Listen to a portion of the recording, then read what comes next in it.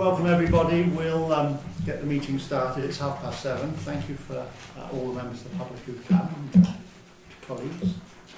So the first item is apologies and reasons for absence. Councillor Sykes is on holiday. Borough Councillor Nick Burgess has a JTB meeting, and our PCSOs Richards and Jones have sent their apologies. They're on other duties. Okay, we're happy with Colin's reason for not being here, which is holiday. Yeah. Yes, good. So that's reason accepted. Next thing is Stretching it. Remember that for next month. I'll leave it another reason. we now need the declaration by members of any interest, pecuniary or other pecuniary, in accordance with the code of conduct and the guiding declarations.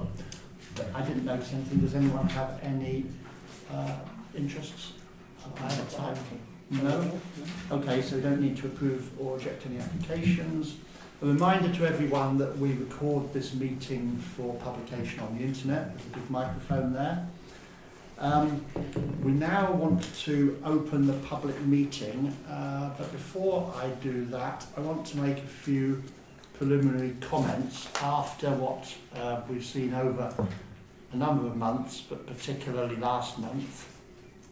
And this is, to start with, a reminder for residents of the purpose behind the public session and its place in meetings of the parish council, because this seems still to be misunderstood from time to time, despite us returning to this issue several times before. We meet for a formal council meeting, the proceedings of which are open to the public, unless the council resolves to go into closed session, which doesn't happen very often, but in which, during the meeting, the public are required to remain silent. That much appears to be well understood, and meetings have proceeded in good order, so far as members of the public are concerned, without any problem. Efforts to meet the council's expectations from the public session have been more problematic, however, so I'm going to explain the situation once again. Since the public are excluded from taking part in a council meeting, the formal meeting needs to be adjourned while the public session takes place. The public session is still recorded and published on the internet, however, and a brief note of it appears at the foot of the official council meeting minutes, which was at the suggestion of Miriam Lewis a couple of years ago. While the public session takes place during a short adjournment, which we'll start very shortly, of the short adjournment of the council meeting, it remains subject to the chairman of the council, me, who will decide when to close that session and return to the council meeting. Standing orders apply to the public session. It's important to recognise that the public session is for residents to ask questions or make points that may help the council conduct its business successfully. It's not a free-for-all for residents to launch attacks on councillors or the council, or to seek to challenge the council in the proper conduct of its business. There is no right to speak or even to have a public session. It's there at the behest of the council. When I say no right, I mean there's no right written in the law. We grant it. The council will consider relevant points that are made to it and respond accordingly, but shouting matches, personal attacks and the rest will not be tolerated. Since disorderly or disruptive behaviour in extreme cases has led to truncation of the public session as a final remedy, this has been unfair on other residents who may still wish to make their points or raise questions. In future, efforts will be made to quieten residents that are disrupting the smooth and constructive progress of the public session, or to exclude them from the session, not the council meeting unless disruption continues. But in the worst case, the public session may still have to be closed and the cause of the problem named. To really sum that up, I think really what it comes down to is that the public session is a slice of the council meeting that gives the public the opportunity to contribute. What it is not is a session for the public to say whatever they like, in whatever terms they like, for as long as they like, in the hope that they will then direct the council meeting in a particular way that happens to suit them. Councillors are here to make their own minds up. that's what happens. The residents in the public session can make their points. We can consider them, but that's as far as it goes. There are also, of course, rules on the agenda which we put down each time about the relevance of the points. So that's what I need. That's all I needed to say. I'll now open the public session, and we'll go to the planning item, which we have on the agenda, which is the old stables at Palstrey Court Road. And I know that the applicant is sitting here. So what would you like to say to us about it? It's a conversion of a brick hut that was started in 2015. I had a local builder that came in, and he said that I wouldn't need planning permission. So I can't say that he's responsible, because I'm sure that I was aware to some extent that I should probably have verified this, but I didn't. So I'm now applying for retrospective planning. And I think everything is on the website. There's nothing I can really add. I've got photographs of what it was like beforehand. It would have fallen down, it would have fallen into my neighbour's garden, it would have created more of a problem if I hadn't done anything about it. In fact, it wouldn't have existed. And I have the photographs to prove that. So in fact, it was a restoration project. Can I just ask you a question? Now you found you needed retrospective planning permission. Yes. Is it because it needed planning permission anyway in the mind of the Borough Council, or is it because there's a question of whether it's in the curtilage of your neighbour's property? It's certainly nothing, it's not in the curtilage, what, from the historic point of view? Yeah, I mean, I know that that's disputed, but that's part of the issue as to whether it's got to be applied for, obviously. Well, I applied for retrospective planning permission because I realised it was necessary, and it was only then that it was highlighted by the council that it could be curtilage listed. Okay, that's helpful, thank you. Does anyone else, any other residents want to comment on what they've heard? And do any other councillors want to ask the applicant any questions? Joe, I haven't been to look at the building for many years, but I think I'm familiar exactly where it is. What was it before? What was it originally? That It was small? really originally where the pig food was prepared. It was a really grand pig food store, wasn't it? Exactly. So when Pat Thoburn bought the farm off my father and grandfather, the brick buildings were kept.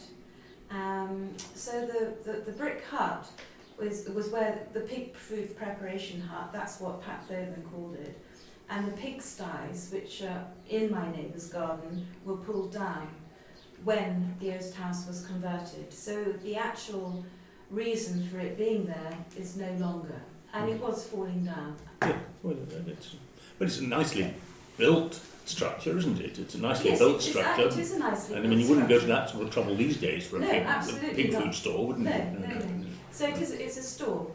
Yeah. And then from that point of view, the farm hasn't been used as a farm, and it was used for storage. Very good, thank you. Okay, Paul? Can I just ask about the question of curtilage? Has that been resolved, or is it because I looked through the documents that were on that particular application, and it seemed to me that in past years, Ashford Borough Council had practically sort of ruled that it wasn't in curtilage. Exactly. And now the fact it's popped up again seems to be a bit strange. Well, I agree. Yeah. I think it's probably computers change, Okay. land registry documents change, they're updated, and then probably this just came up as curtilage listed. But a while back it was ruled that it wasn't in curtilage and that wasn't an issue. So. Well, the old stables where I live isn't. When the Okay. planning permission for that was done, it wasn't curtilage Right. listed. And this is pretty much next door to it, isn't it? Exactly. The old Okay. stables is really a substantial building, Yeah. and that wasn't curtilage listed. So Okay. this is a brick hut, which suddenly appears to be curtilage listed. Okay. Thank you. Okay. That's good. Anyone else? Could you explain the relevance of that, of it being curtilage listed or not? Well, if a structure is in curtilage to a listed building, the rules that apply to the listed building effectively apply to the structure. So, for example, you could have a grand, huge listed building, and if in curtilage was the pig food preparation, then typically that would apply, the same listing ruling would apply to that. I've Would be had the that experience in the past. You know, and you could, I mean, I had it once years back where you couldn't change an internal door of a relatively newer building because the main building, it was the curtilage holder, if you like. And my reading of that was that back in the day it was ruled that this didn't apply, and then somebody has gone through and then decided maybe, oh, hang on, maybe it now does apply. Well, it's a bit of a nonsense, I think, and the fact that you're the primary building that we're talking about where you live, and because this is next to it, isn't in curtilage, I would therefore assume that the original ruling for Ashford Borough Council stands as it was then, that it's not in curtilage, and I think it's irrelevant. But that's just my view on that. Thank you. Okay. Phil. Sorry, Phil. Yes, please. It may be that because Ashford Borough Council had a total reappraisal of all boundaries, certainly with regard to council land, maybe others, I don't know, but that resulted in the gross error they found at our property and plonked all over a bit of land on us that we didn't know we had. So it was perhaps that reappraisal that showed this up. You know. I think, okay, Phil, I think in this case, there's no doubt that this hut is on the ladies' side of the boundary. The question is, because the boundary has been inserted after a large collection of buildings were broken up into different residences, different domains, then do they regard it as being in the neighbour's curtilage, even if it's in the lady's land holding? It's a technical listed building issue, and when we come to our discussion, we can think about that. I think ultimately that is probably a legal technical question that's not one for us, but and I know the lady's put in a big analysis of it by a heritage specialist, which was helpful. Okay, so that's, I think, unless anyone else wants to, that's the planning permission dealt with in the public session. So then, Roger, you put yourself forward for wanting to make a point, so you come first. Chairman, if I may. I'm going to just read a couple of paragraphs, and the reason I'm going to read it is that I've learned from hard experience, particularly since I've lived in Wittersham, that any off-the-cuff remarks, when I try, my natural inclination is to lighten what I'm saying, then it gets misconstrued and misinterpreted, and I don't wish that to happen on this occasion. The subject I wanted to raise was indeed the one you started off opening before you opened the public session, which was indeed last month's meeting. So if you'll forgive me, there's a couple of paragraphs, I'll be very brief. What happened at last month's meeting was frankly unacceptable, and I try very hard not to use this word if I can possibly help it. The acrimonious and intimidating atmosphere that was generated resulted in the curtailment of the session, which was, in my view, out of order. It was indeed necessary, in the circumstances, to cut it short and move on to the main agenda, but that action meant that those who still wished to have a say were denied the opportunity. There are those who quote their democratic rights, but what happened at the main meeting was, in my view, a denial of democracy on the part of others in the public arena.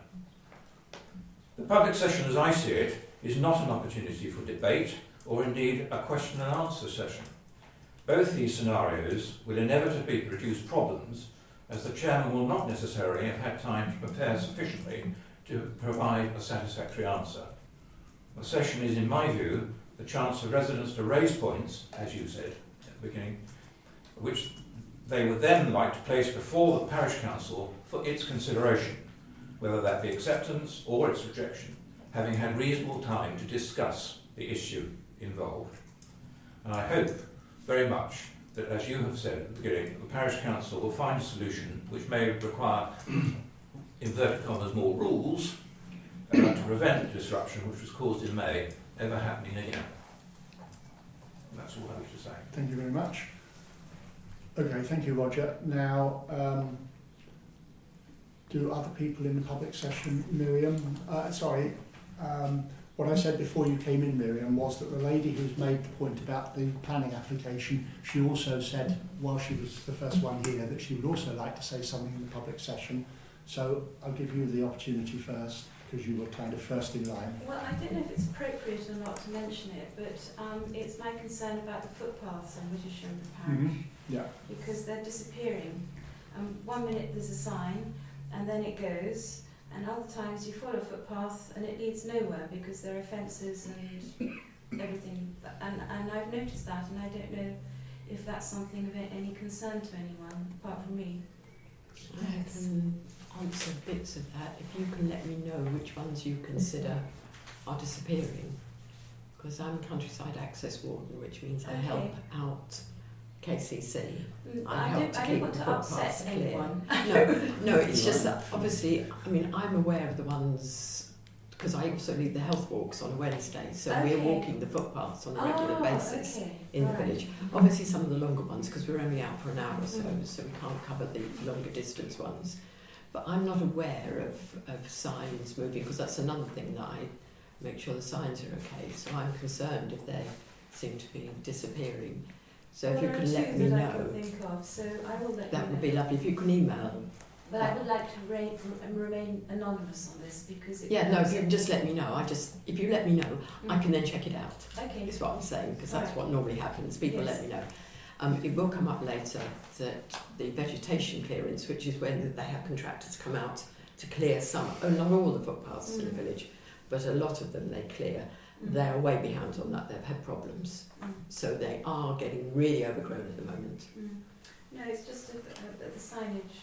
Yeah, if you can let me know then, because that's something that I can deal with if I'm told about it. And you can get Eva on the email on the Wittersham PC, which you'll have it because Yes, you have already. communications. Jeremy? Yeah. I mean, I think it's a matter that the parish council and indeed a lot of people in the village take terribly seriously, actually. And we'd all be with you on that. So if there's, yeah, very serious matter. Definitely. That's all very much true. Yes. It's not strictly a parish council matter directly because it's a county council, but luckily because our clerk is also a Countryside Access Warden and has direct links to KCC on that, we have the benefit of Yvonne's work. But she's the best one to point out. Miriam? Right, well I won't respond to your statement because I only caught the end of it, so if you kindly pass it on to me I will certainly respond to it. I would certainly like to respond to Roger's statement. First of all, the matter you had plenty of time to consider because you'd been given it well in advance to consider, so I think that statement is just not valid. I totally agree with the statement that the democratic rights of others was actually affected by Councillor Lloyd Smith proposing that the meeting was closed down. If you have an issue with an individual person, that can be dealt with that individual person. It is totally unacceptable to stop other members of the public having their right to speak, which the chairman has said you've chosen to give to members of the public, and we're grateful to have that. So I think the way it was dealt with was not acceptable on behalf of the council. Luckily, we have the recording of the meeting, so we can see exactly what was said by individuals. As far as I'm concerned, a very serious matter was put before the council for consideration, and the chairman was not giving me the information that I required in order to make an informed decision on how the parish council were dealing with the matter. The parish council are accountable to the public, whether they like it or not. Now, I know that you have chosen not to adopt the code of conduct, which all the other councils... Could you please not in raise Kent- your voice? It's Sorry, not well, I'm sorry, necessary. that's how I speak. So, No, it's not necessary. We Well, don't have to listen to that tone of Well, voice. that You is can how I say, speak. we speak to you civilly. I've never really spoken to you before, but I take your point, but I'm afraid that's the way I No, speak. can you so I'm please not just thinking about change that. your tone? Well, that's very difficult if that's the way I speak, sorry. I'm not from round here. Right, so my point was that the parish council is accountable to the public for their decisions, whether they like that or not. And the point I was making that you haven't adopted a code of conduct whereby you actually, in the Kent Code, about showing respect to people. So therefore, that gives us a problem when we wish to complain, because you have just cut it down to the bare minimum, and you know that I've raised issues with the monitoring officer in this in the past. But it seems that what you have done is not unlawful, but it does mean that we have a parish council that actually don't have the normal code of conduct for their behaviour, and I find that unacceptable. Okay, Mary, thank you very much. I rest my case. I don't. Phil. I would like to thank the Chairman of the Parish Council for the statement earlier on, where at long last, over so many meetings of prevarication, the rest of us will have a chance to have a say, which totally refutes the last statement we heard. So thank you very much. Okay, thank you. Does anyone else want to say anything in the... hello. General context for credit, Julia Redford. Yes, hello, dear. Hi. Sort of broadly going along the theme of communication, the involvement in the local plan 2030 of the parish council, I've found it a bit disappointing. I have never dealt with a matter like this before, and I've been thrown in there first just for the pure fact I think it was something really important that needed looking at and keeping on top of to make sure that any issues that were found with regard to the site or residents' concerns were brought up and made aware of. What are we discussing? The local plan 2030, I went to the hearing and spoke with a few others. And I'm just generally in communication with the residents of the village. No one knew a thing about it at all.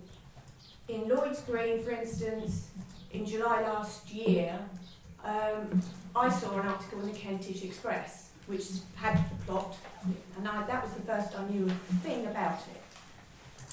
And I was quite shocked, because I thought that it would have been something that Parish Council would have thought a lot of people need to know about this. This is an important issue. They need to know how to find the information to comment, blah, blah, blah, and obviously get their views or questions to you if they wanted to.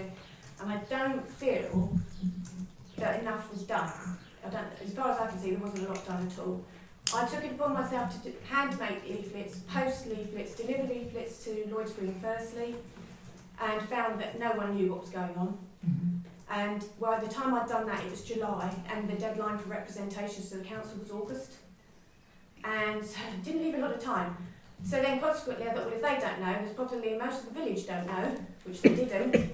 So luckily, with the help of some others, we produced our own handouts. We went to nearly, I think we got all, if not nearly all the houses in the area. So at least, even if they threw it in the bin, they had the opportunity to understand, know where to go to get the information, and if they wanted to, they could have come and perhaps asked questions or spoke with you.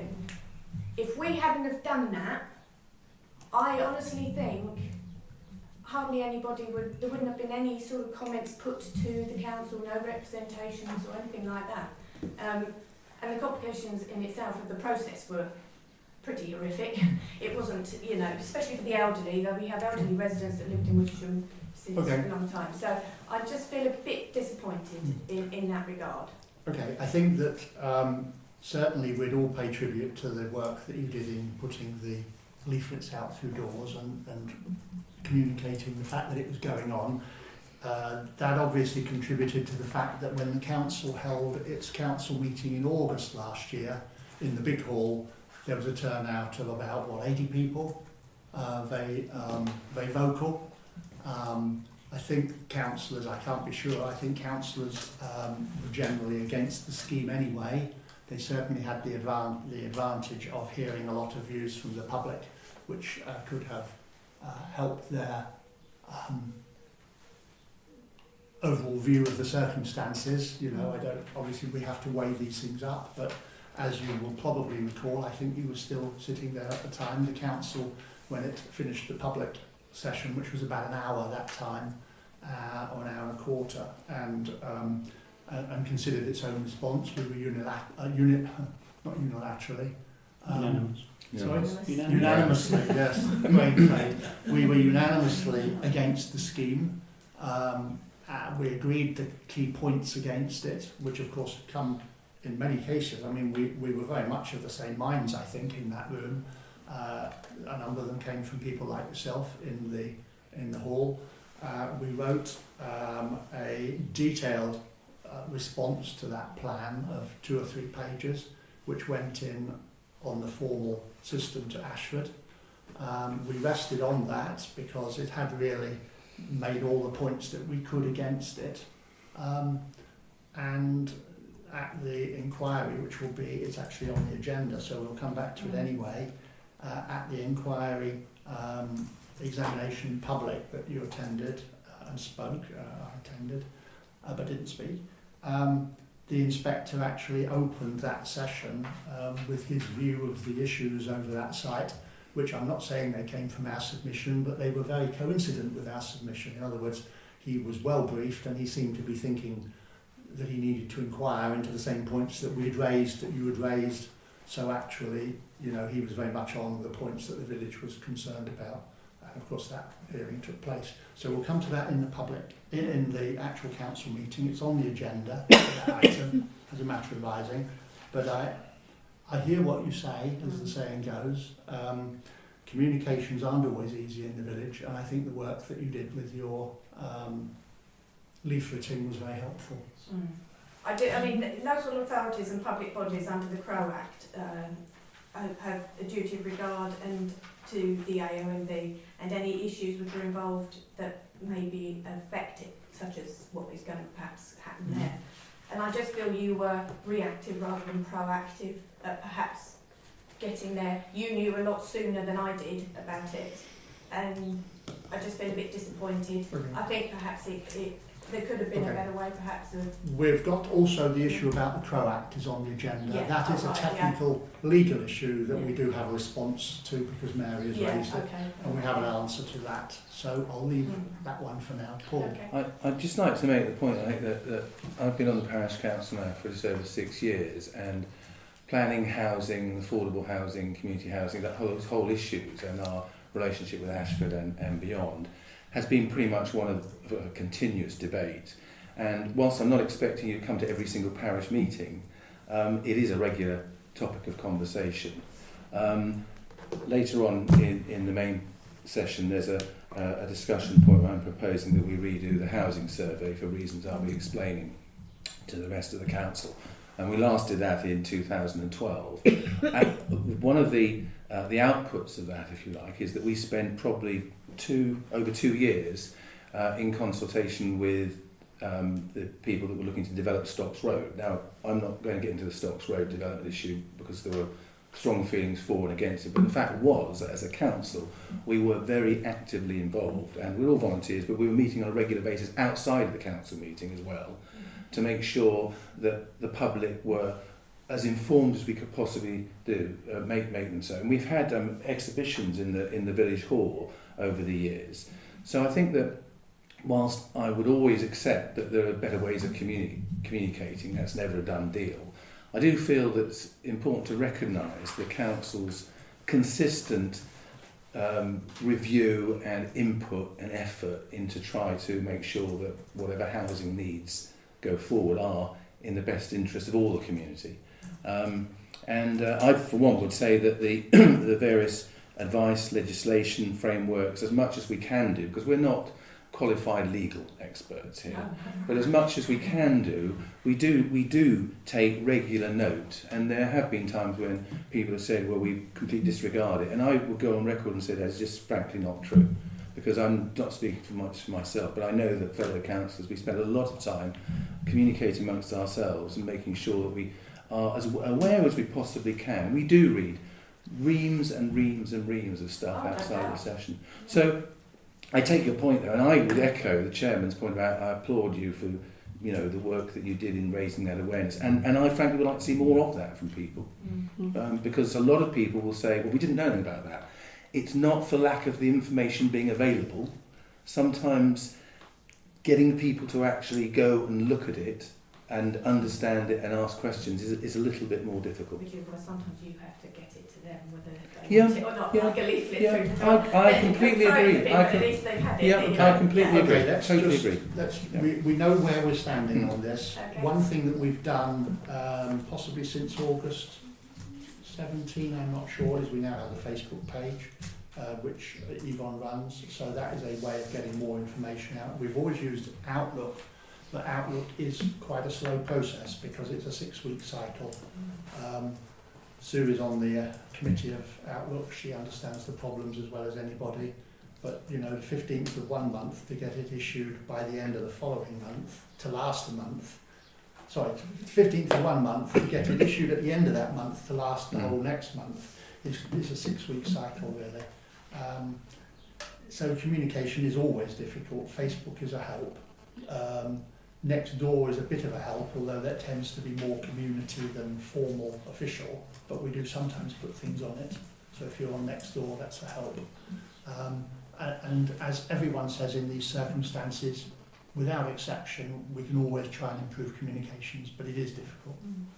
Okay, am I okay to close the public session? No, Miriam, please. I'd just like to say something about the local plan. I know you're going to go on and talk about it, but having identified that the inspector took many of your issues and put them into questions that you wanted answers to at the hearing, and given that the parish council had indicated that they would attend the hearing, so the expectation of the public was that you were going to be there and answer those questions on behalf of the village, could you explain why the parish council decided not to go?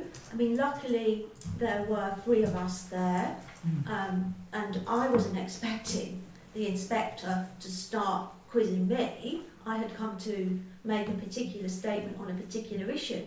But I mean, I think on this occasion, we're all pretty united that this development is totally inappropriate for the village, and that we were all singing from the same hymn sheet, as it were. So there was no real conflict there. I think I was able to answer the questions without, although I didn't make it perfectly clear that there were personal opinions.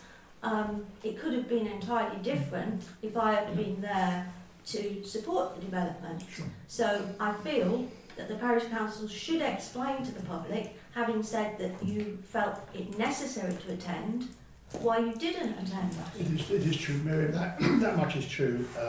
We're going to talk about it anyway, but that much is true. I had always said that we anticipated attending. I never said we would, I said we anticipated. In the event, having been sent the inspector's requirements or guidance or whatever for the examination in public and looked at that, which said they do not want, the inspector doesn't want us to be telling him what we've already put in writing, then my interpretation of that, which councillors heard, was that we had already said everything we could. We had no statement to make that would not have been repeating what we'd already submitted in writing, and he didn't want us to read it into the record, which indeed in public inquiries is exactly what happens. QCs stand up and spend half an hour reading what's already a written document. He didn't want any of that. So it appeared that if we had gone, we were only going to irritate him by repeating ourselves. I would take responsibility myself for not having realised the way the questioning would go, but on the other hand, as you said, there was not only you and 2 other residents, there was the AONB unit, there was CPRE Kent, and there was the planning consultants for Stocks Road, and between all of them, they answered all his questions perfectly. So I could have added another person saying the same thing on behalf of the parish council, but in fact nothing was lost. Had I been there to speak, I would have been saying the same thing. It was a mistake on my part that I didn't understand the way he would conduct the inquiry, but the written advice in advance was, I don't want people coming along and just repeating what's in writing. I don't know, somewhere here I've got the 3 pages that we submitted last August, and it said everything we had to say. And he picked up on that, I was very pleased to note. Okay, can I close? Oh, sorry, Joe's report. Roger always has to remind me. Oh, good. Everyone can tell me I'm not losing my place. Joe, off you go. Hello. As I mentioned earlier, I haven't got an awful lot to say this month because I've not been around because of personal reasons very much. Nothing major has been brought to my attention. The majority of what I've done this month has been from afar, a bit of signposting and occasional correspondence with Lee, who's done more of the stuff this month to do with fly tipping and such. Good. And welcome, Lee. I should add, for the purposes of the public rights of way issue, that signposting here means in the abstract, not in the putting signposts up. Lee, anything to add to that? No, I don't think so. Fon's aware of, I've been doing mainly fly tipping from local residents. Okay, I'm in contact with Ashford Borough Council good, and Southern Housing. good. And you're getting on all right, because you've now been doing it for a few months, 6 months maybe. Just what Lee has just said, if I may, Chairman, just Please. very, very briefly. I have noticed in my daily walks around the village, Now you're boasting. I am, that as you go to Lloyd's Green, on the right there has been a three-piece suite on the grass for some weeks now. Going on Friday. Thank you. You get a good price. Good. May I close the public session now, please? Could I add something in Oh, there? beg your pardon, Alan wants to say. In addition to the three-piece suite at Lloyd's Green, there is a one-piece suite in the field Near you. near me, and it's been there for a very long time. 6 months. With 6 No, months. several years. And people think it's mine, but it's not. We think it was a viewpoint. I haven't done anything about it. If it's in a field, it's on private land. Property, can't be Yes. prevented. Yeah, No. can't be You done. wouldn't be able to remove it, unfortunately. No. You But try to then it'd charge. be flighted. I could, it's, Okay. You charge Okay, can I close the public session? Has everyone said what they want to? Yes, thank you. So the public session is shut, closed, and we'll go on to the agenda proper.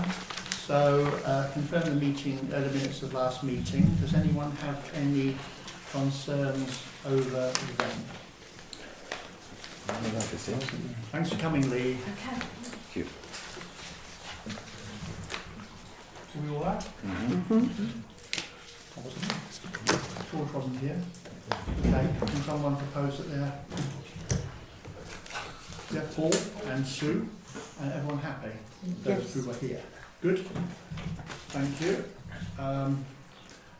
So we move on to matters arising, and the first one is ABC policy on parish council objections to planning applications.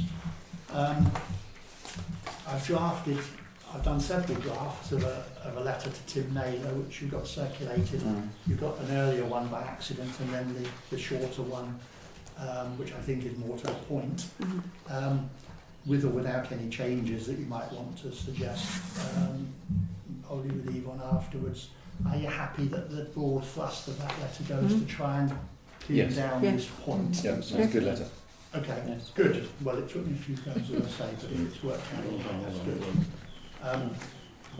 I think the difficulty, by the way, there is that we're not trying to infringe their freedom, but they're saying that they have a rule and they don't seem to apply it. And it's caught us twice.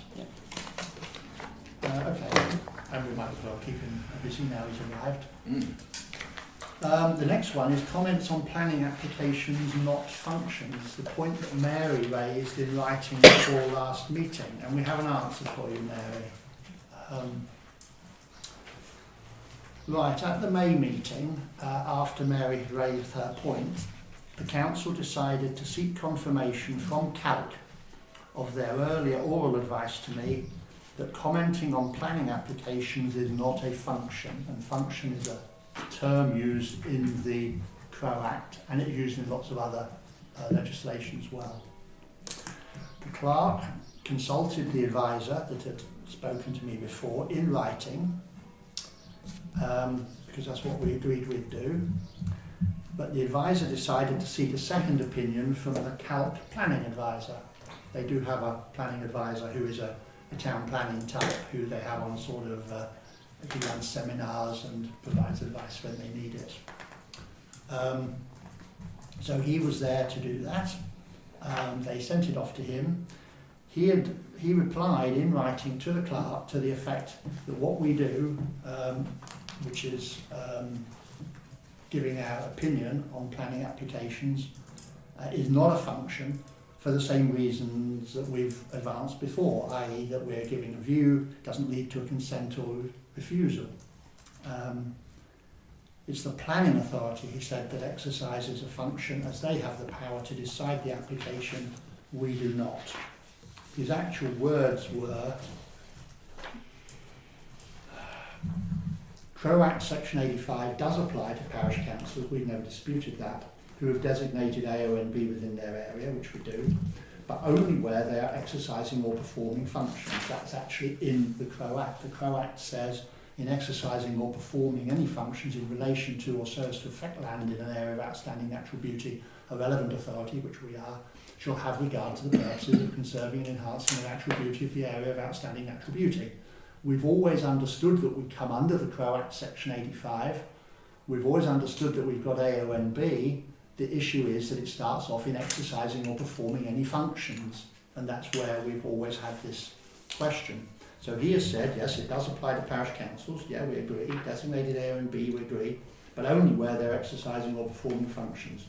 In my view, commenting on planning applications where the decision is made by another public body is not, quote, exercising or performing a function. The function of determining whether or not planning permission should be granted, which is a function, and if so, what conditions should apply, is being exercised or performed by the local planning authority, not the parish council. This is what we've always said here. Crow Act Section 85 would apply to a range of functions exercised or performed by a parish council, but not giving opinions on planning, such as, for example, preparation of neighbourhood plans, local conservation works, or management of its land assets, if they happened, of course, to fall into the other part of Section 85. However, he says, I'm not a lawyer, this is his last comment, so I can't say that understanding the position is a definitive expression of the law. If you wanted to obtain that, you'd have to get a lawyer. Now, the trouble with lawyers is there's one on every side of every argument. That's how they work. So I was still looking for something, and I already knew that it's very hard, if not impossible, to find a definition of function. It is, in my view, something that the legislative draftsmen use the term functions. It's a good catch-all. They can't say activities because it's not always an activity. They understand function. If it quacks like a duck, looks like a duck, it's a duck, and it's a bit like that with functions. But happily, I did then keep searching on Google, and I did actually turn something up, which is not a definition. There are no definitions that I can find, but it does actually give us the answer. It's the Local Authorities Functions and Responsibilities Regulations 2000. And by the way, Mary, we're going to write to you if the council agree and give you these details so you can follow them up. What we have found, let me get right through to the right part. Okay, so those regulations of 2000, it includes a huge list of functions that are carried out by local authorities. So those regulations, rather than defining functions, list them. And they have sought to list them all. The reason we can be sure of that is that what they're doing is they're dividing them into groups. They've got a long list of functions, the longest list, which is ones which can only be carried out by the council, not by officers, the executive as they call them, such as when planning things. That's not to say that planning officers can't give their recommendation, but they're always technically given by the council. So there's a long list of things that have to be done by the council. There's a shorter list of things that the executive can do. There's another list that the executive can do, but not on their own. It has to be between them and the council. And lastly, there are categories where even if the executive could do them, they can't because of some particular reason. Now, those are huge lists. There are about 164 functions listed in the 3 schedules. And by the way, these functions apply to parish councils. There are very few functions for parish councils, but they do apply. It makes it clear it's all local authorities. So 164, most of them fall in the first category. And out of the 135 in the first category, 27 of them come under a heading, functions related to town and country planning and development control. So we're on the money with 27 functions. They, by the way, all have to be exercised by the council, not by executives. It's the largest subheading apart from licensing and regulation.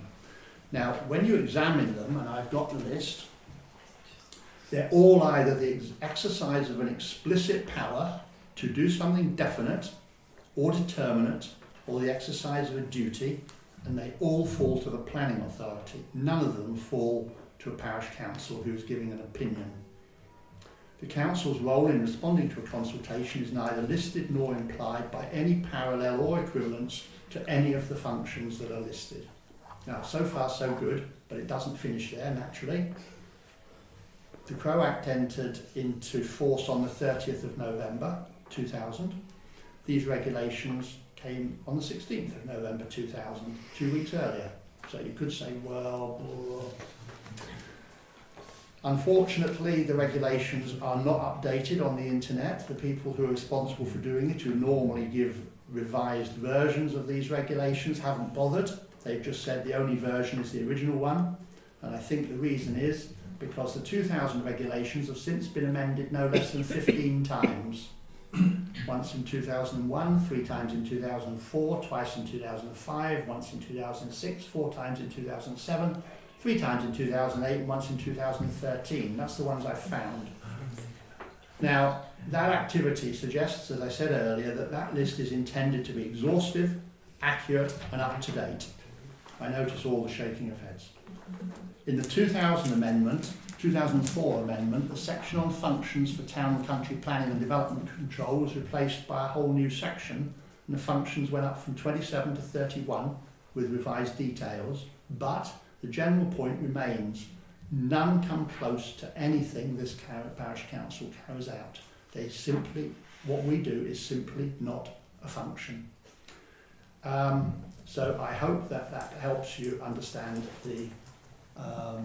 the points behind this. As I say, they're not defined, but the legislation, which, I mean, that is legislation, that's not a lawyer's opinion, that's passed by Parliament. That legislation gives, current version, 31 functions related to town and country planning, none of which is anything like parish council giving their views on an application. Of course, when it gets to Ashford, they're carrying out a function. No doubt, it's listed, they know it, and they have to take into account the AONB.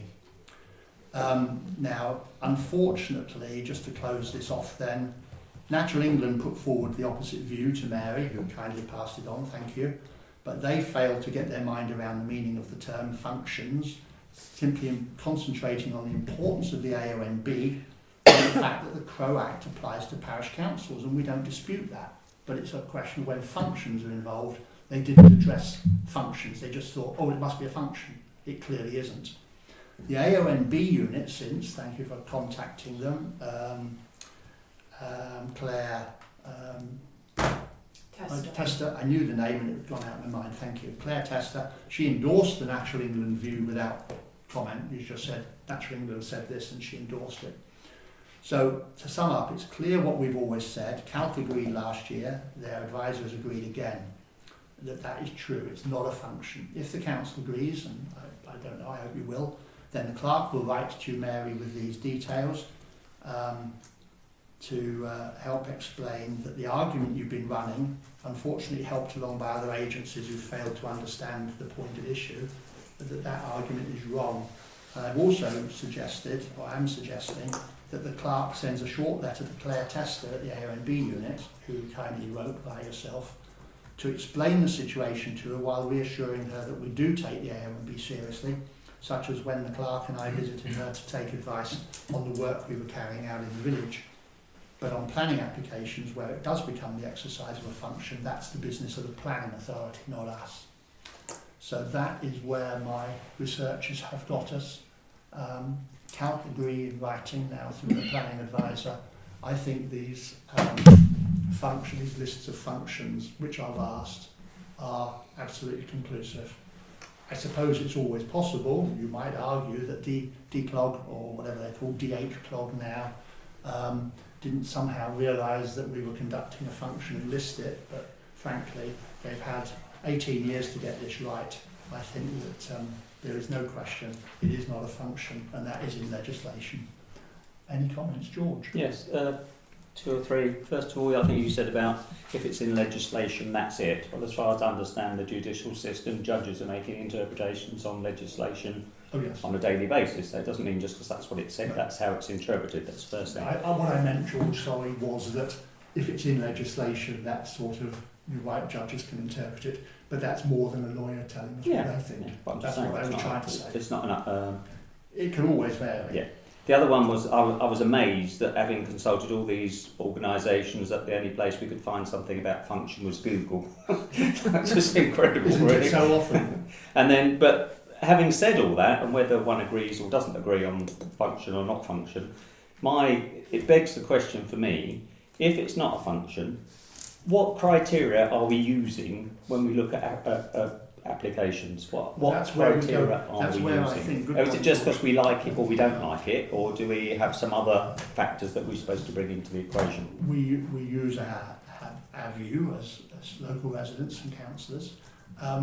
We go back, I would suggest, to what I raised last time, I think it was, which was the stuff, again published on the internet, from Chichester District Council and Rother District Council, both of whom have laid down in documents on the website what they expect parish councils to do, and both of them explained its local factors, its local knowledge, its circumstances of use of the building and things like that. There was no mention of anything to do with Section 85 of Crow, and both of those authorities have got A, O and B in their areas. It's just that if there is some checklist, if you like, of what we should be considering, don't we need to check when we're making a decision that we have looked at those items on that Well, we're giving so-called our opinion. checklist? Feel free to go and look for one, but I don't think you'll find a checklist. No, You'll we find could those do. two- You've mentioned several things here that we could actually say. Those two things were put forward by Chichester and Rother, and they're fairly coincident, by the way. Isn't it otherwise just a subjective view? Well, it is. So We're not the ones looking at the Town and Country Planning Act, for no, instance. I know. I realise It's useful for us to understand it, simply so that we don't always keep going in the opposite direction to Ashford. But they apply that. They will apply Crow Act.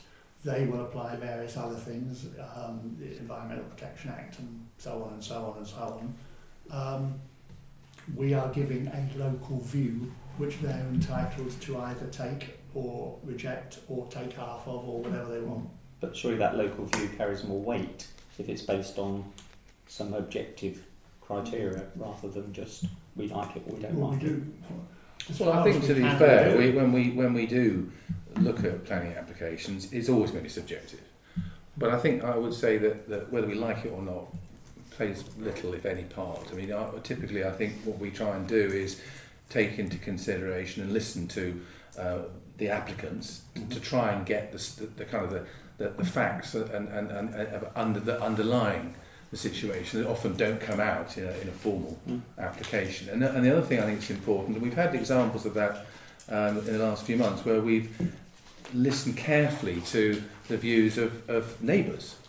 Because ultimately what you want to do is to have some form of amicable way forward, and sometimes it's just a question of pulling that together and allowing us to give debate. Now ultimately we give our view, and we've seen that either taken into consideration or unfortunately on occasions with Ashford completely disregarded. So I think that it's about treating every application on its own merits and individually, rather than say, right, let's squeeze it into the template and make sure it ticks all the boxes. I mean, that's just... I think one thing just to add, while I've been looking at all this stuff, I thought this existed, and I did find it in another regulation, and I can't remember the name of it. When you said Ashford completely disregard it, technically that's not true, hopefully.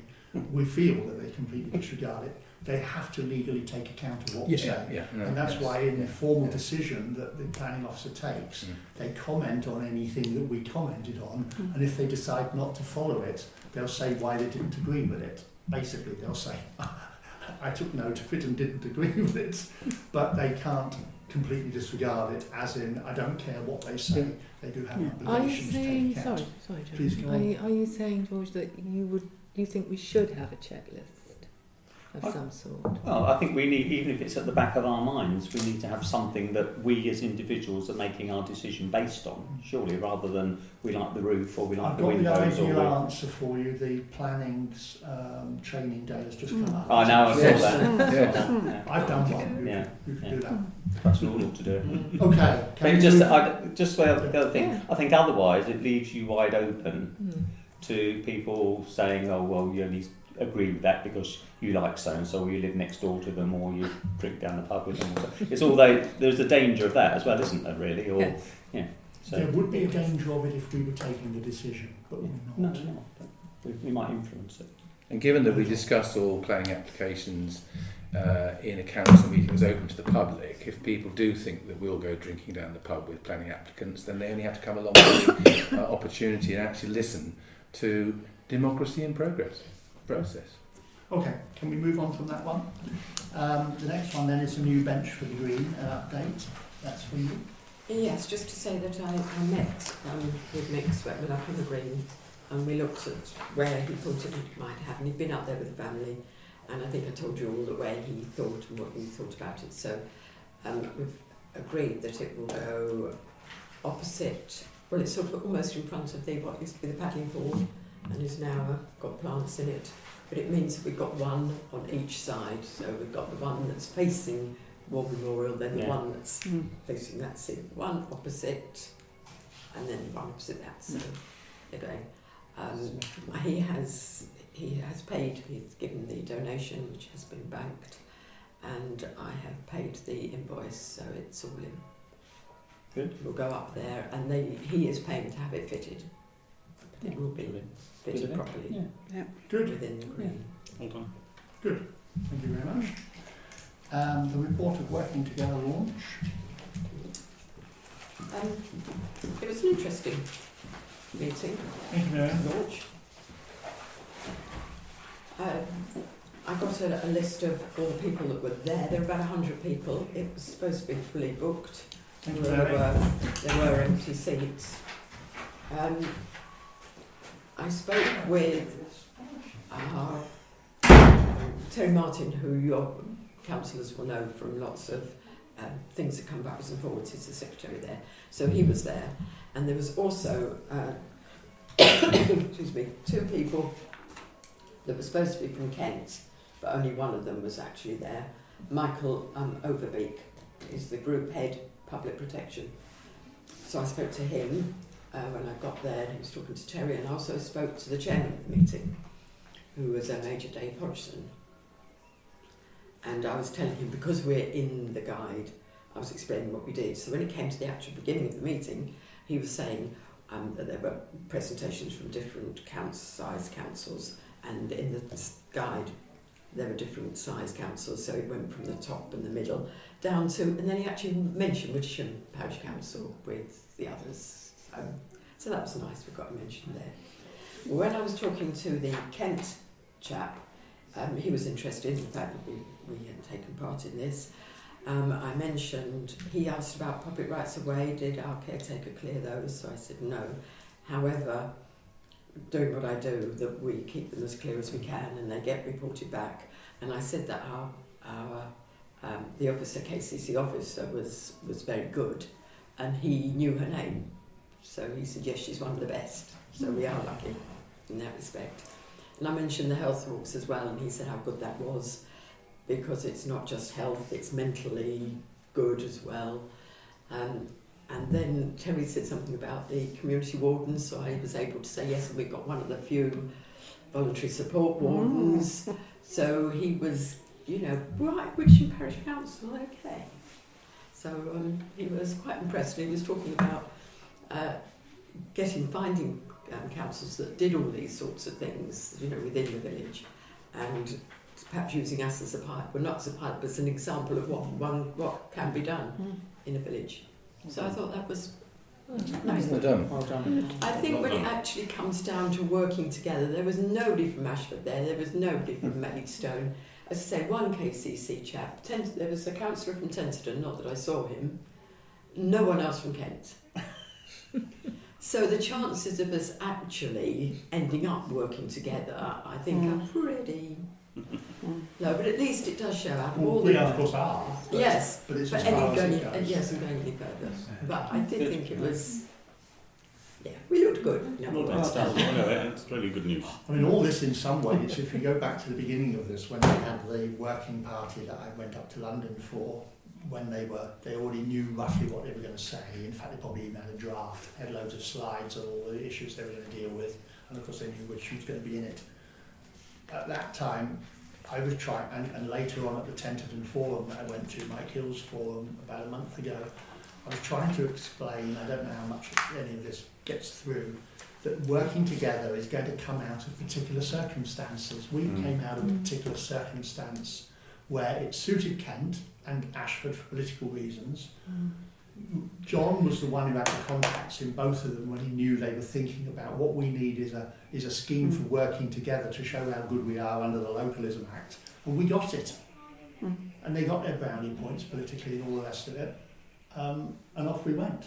We know now that Ashford, that now they've taken back all their landscape work from Kent, wouldn't give it to us given the chance. No. But now it's here, we've got it, you know. So they write these reports about however, I mean, there are other things going on around the country, but they're all individual. It's Milton Keynes doing stuff for somebody else, and you know, this and this and this. It's particular ones. And unfortunately, you could read the report. We've all had the electronic copy. We don't need to do anything else. We've got what we've got. But however, And it many makes sense others would do financially it. as well, doesn't it? Which is the other issue. Yeah, for us, it's fine. It was actually, when we did it originally, when you weren't here, John, Paul and I were here, this parish council took quite a punt on it. We had a pretty tight budget. It was actually out of cash in the second year, and we had to lend it some to replace the mower. But now it's solid. We have enough comfort. But like all little businesses, it was very tough at the beginning. Right, okay, so thank you for that, Yvonne. Now, ABC's Local Plan 2030 and the examination in public. As Jill said or Gillian said in the public session earlier, yes, there were the 3 residents plus AONB unit and CPRE Kent and the planner for Piper who were there. I attended it as well. And also Mick Burgess was there, I sat with him. One of the 2 inspectors, Stephen Lee, held it on the 30th of May. And site S61, which is the one that is by Woodland View and Lloyd's Green, our site, for around 40 houses, was considered on that day, the 30th of May. The inspector was well briefed. He began by reciting the issues that pretty much echoed the points we had made in our written representation last year. That another site in Stocks Road for 27 houses had been turned down by Ashford and by an inspector, that both sites were in the AONB, that ABC apparently regarded the 27 houses in Stocks Road as a major development, but the 40 or so in Lloyd's Green as not being a major development, and that there were problems with access to the proposed site. Now, it was a 3-hour session in the morning, and there were 7 sites listed for discussion, consideration, let's say, and he spent an hour and a half on ours out of the 3, followed by a 10-minute break. So I think we can read, it doesn't mean to say that he's against it, but I do think that he must have considered that ours was a relatively hot potato. And he questioned Ashford on it quite a lot. And he also heard from all the people that have been mentioned, including Gillian. So Ashford replied to the inspector's questions. I've mentioned the Miriam, Mary and Jill's, the residents, and all the rest. All the objectors made good points in the discussion. Ashford had answers to some of them, but that's what the inspector is. I don't say good answers, I say answers. And that's what the inspector is there for. One of the things that came up, which was a sort of loose ball, was whether it could be turned into a smaller site. The reason being that if it was only the southern part of the L, then it would be further from the hotspot of the wood, which is more ecologically interesting, and it was also no longer so obvious to the east across the fields. because Ashford's reason for why, I mean, it make you laugh really, Ashford's reason for why this 40 wasn't a major site, but the 27 was because you could see the 27 across the fields from the east. But this one you could only see, this one you couldn't see because it was surrounded by houses. The inspector knew his stuff because he straight away said, but you can see it, the top right-hand corner. And they said, but we're going to deal with that with planting, which I thought was a sort of, there's one we thought of earlier, The old ley land diagram. Yeah, probably, that goes all around here. So then that came down to when they said, well, of course, he said, what about if it was just the southern end? So you wouldn't see it. And they said, yeah, but then it's not 40 houses. The Claire Tester, the AONB unit, then made a killer point.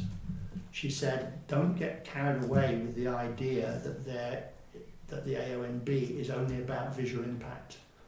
There were 5 issues, I don't know what they are, but there were 5 issues for the AONB in the management plan, 5 subjects. 3 of them apply to this field, and only 1 of them is visual impact. So there are another 2 still to be dealt with. I thought that was a good technical point without understanding all the detail. Now,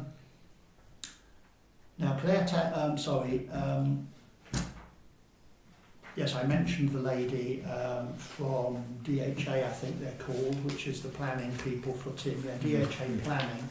This was their written submission, by the way, quite a few pages, 9 or 10 pages. Emma Hawkes was there for them, and those of us who were here in the days of Landia will remember that she was the young lady who came for Landia, but Landia's gone, so she's moved to this other lot who are now picking up Tim's interests. She did say that there was no access available from the eastern side to the site, and Ashford claimed that there was. They said they'd got an agreement. She says there's no access because Tim won't let them use the corner of his field. Ashford claims to have access, and I can only assume that that is going across a bit of a southern housing land, but I think that's probably where the car park is. Either way, it's going to be a very wiggly road at the end of a long wiggly road up through the estate, so I think perhaps when he goes and looks at it, he will think that it's a no-no. I'm told that Tim is definitely not agreeing to them using his field. He was, of course, Stocks Road was not on the agenda, but it was on the agenda in effect, because I don't know if the inspector is even entitled to put it back, but clearly it's the sort of elephant in the room, really, as an alternative if the 40 goes. But I don't know how the policy of these things works, the system and what rules apply where. But she was there just obviously to fly the flag and say S61 is bad. Well, we all agree S61 is bad, so we're on her side for that. Councillors will have their own views on the Stocks Road development because only 3 of us were here then. That's another day if it comes back. Okay. I took 5 pages of notes at the session. I've talked about some key points. I don't propose to go through them all. I can answer questions if you want another time. The inspector's report will be the next step. I think it'll be a month or 2 or 3. And we'll find out whether the S61 is included as proposed, which we would obviously all regret, or it will be varied, or it will be removed from the approved plan, in which case Ashford are 40 houses short. What's the matter of some of the residents at this end of Lloyd's Green have been approached to allow access, in effect, through their houses? Was that very early on before the actual local plan? Sorry, just a tick. Sorry, I thought he was looking at me. Sorry. No, that's okay. Can I just adjourn the meeting then to give you an opportunity of sorry. adding a point? Yeah, a couple of their houses on the right as you go into Lloyd's Green were approached by the developer and the owner, and they had originally thought of creating an entrance from that sharp bend, and obviously wiping out the first 2 houses. And one of the residents was made to feel very uncomfortable and pressurised by the people that came and put an offer to them, and when they refused to sort of accept it then and there, were made to say, well, if you don't accept it now, it's going through anyway. So luckily they didn't, and they sought advice and thought, right, well, we'll get the right advice from the right people, but funnily enough, never heard anything else from that. And I think also the fact of the preservation of the White Cottage, etc., and the listed buildings, I think may have complicated the access on that point. So yeah, it sort of disappeared. But yes, originally That's a bit of a dead duck now, we think, isn't it? yeah, they're not coming in there, they're thinking of going down in further where the pond is on the And it right. would have other access problems. But anyway, thank you very much Yeah. for that, Jill. Okay, so thank you. I'll restart the council meeting proper. I think we don't normally do that, but it is quite helpful if we can get good information put forward very helpfully. So thank you, Jill. The next item, very briefly, is the Wittersham Airfield plaque. You remember last month the anxiety, I think, was as to whether it was the plan of Mr. Bannerman or Banner. Kenneth Bannerman. Who in Glasgow, whether he actually meant to pay for it. Definitely Glasgow, Scotland, yes. Great Britain, no less. Not Glasgow, Montana. Yeah, we didn't know whether he kept saying things like, oh, I can pay all the expenses to me originally, and then it was, but you need to source the boulder. He has spoken to the clerk now. And Hour and 20 minutes. Tell me how wonderful it was. Has he got a boulder? No. He's bold enough. Yes, they say that the wording is they'll pay for the plaque, which is, it is 60 by 60 centimetres square, so it's 2 foot square. goodly size, In 3 old money. centimetres deep, and associated costs, and it's the associated costs which are the boulder, having it fitted, and the putting the plaque onto it. So that's what they consider the associated costs, but they want us to source it. Okay. So when we source it and tell them where and the cost of it, we presumably have to arrange it, but they will pay for it. How big is the boulder? Because I've got quite a big Well, rock in my garden, at a very reasonable rate. Well, if you have, then It's going to have to be quite a big one, because obviously it's got to have a flat bit, 2 foot square. I mean, once it's chiselled out, a flat bit, 2 foot square. I'm thinking of the stone that was laid on the village green. I'm thinking of something that size, probably. And I haven't got that size. Oh. But I'm thinking, do we know Same company. how much? I don't think that would do it actually, because that's got about a sort of 15-inch square plaque on it, and it's coming in like this. It would have to be that size, because otherwise it's movable. It'll be that Basically, size, it's not yes. to be moved, is it? It'll be that size, but the one on the village green is quite pointy, and you've got to have 60 centimetres across the top, It would have to be. up from the, Could we leave it to the clerkman to find an appropriate boulder? Does it have to be a We'll boulder? ask her to roll it. well, if there's anything else. Well, I'm just thinking, is there anything that we have on our property register, dare I say, that this could be affixed to? We want it near You the see, war memorial. They were Yeah. talking about Any walls. space on the war memorial? But to be a separate standing object. Right. I don't So we think- want it near there. Could it be on a? I mean, sometimes when you've got a plaque or something that gives detail about a view or a historical thing, sometimes it's mounted on a sort of a plinth. It's made of Indian granite. Yes. Could be on like a monumental stone. It weighs a 45 ton, I mean, not degrees, literally a ton, but it just weighs like a a lot. square stone. Could It's it like be going just to the front. set? It can't be set in the ground like a gravestone. No, an old-fashioned if we had had, tombstone. there's an answer here. If we had an airfield, then we would have got the plinth, which is this by this and stands this off the ground. Yes. And that's what I was angling for, which is on the website. That would have been great, just a big lump of granite. Yeah. But that's for airfields. What we had was an airship mooring site, which is a sort of less important.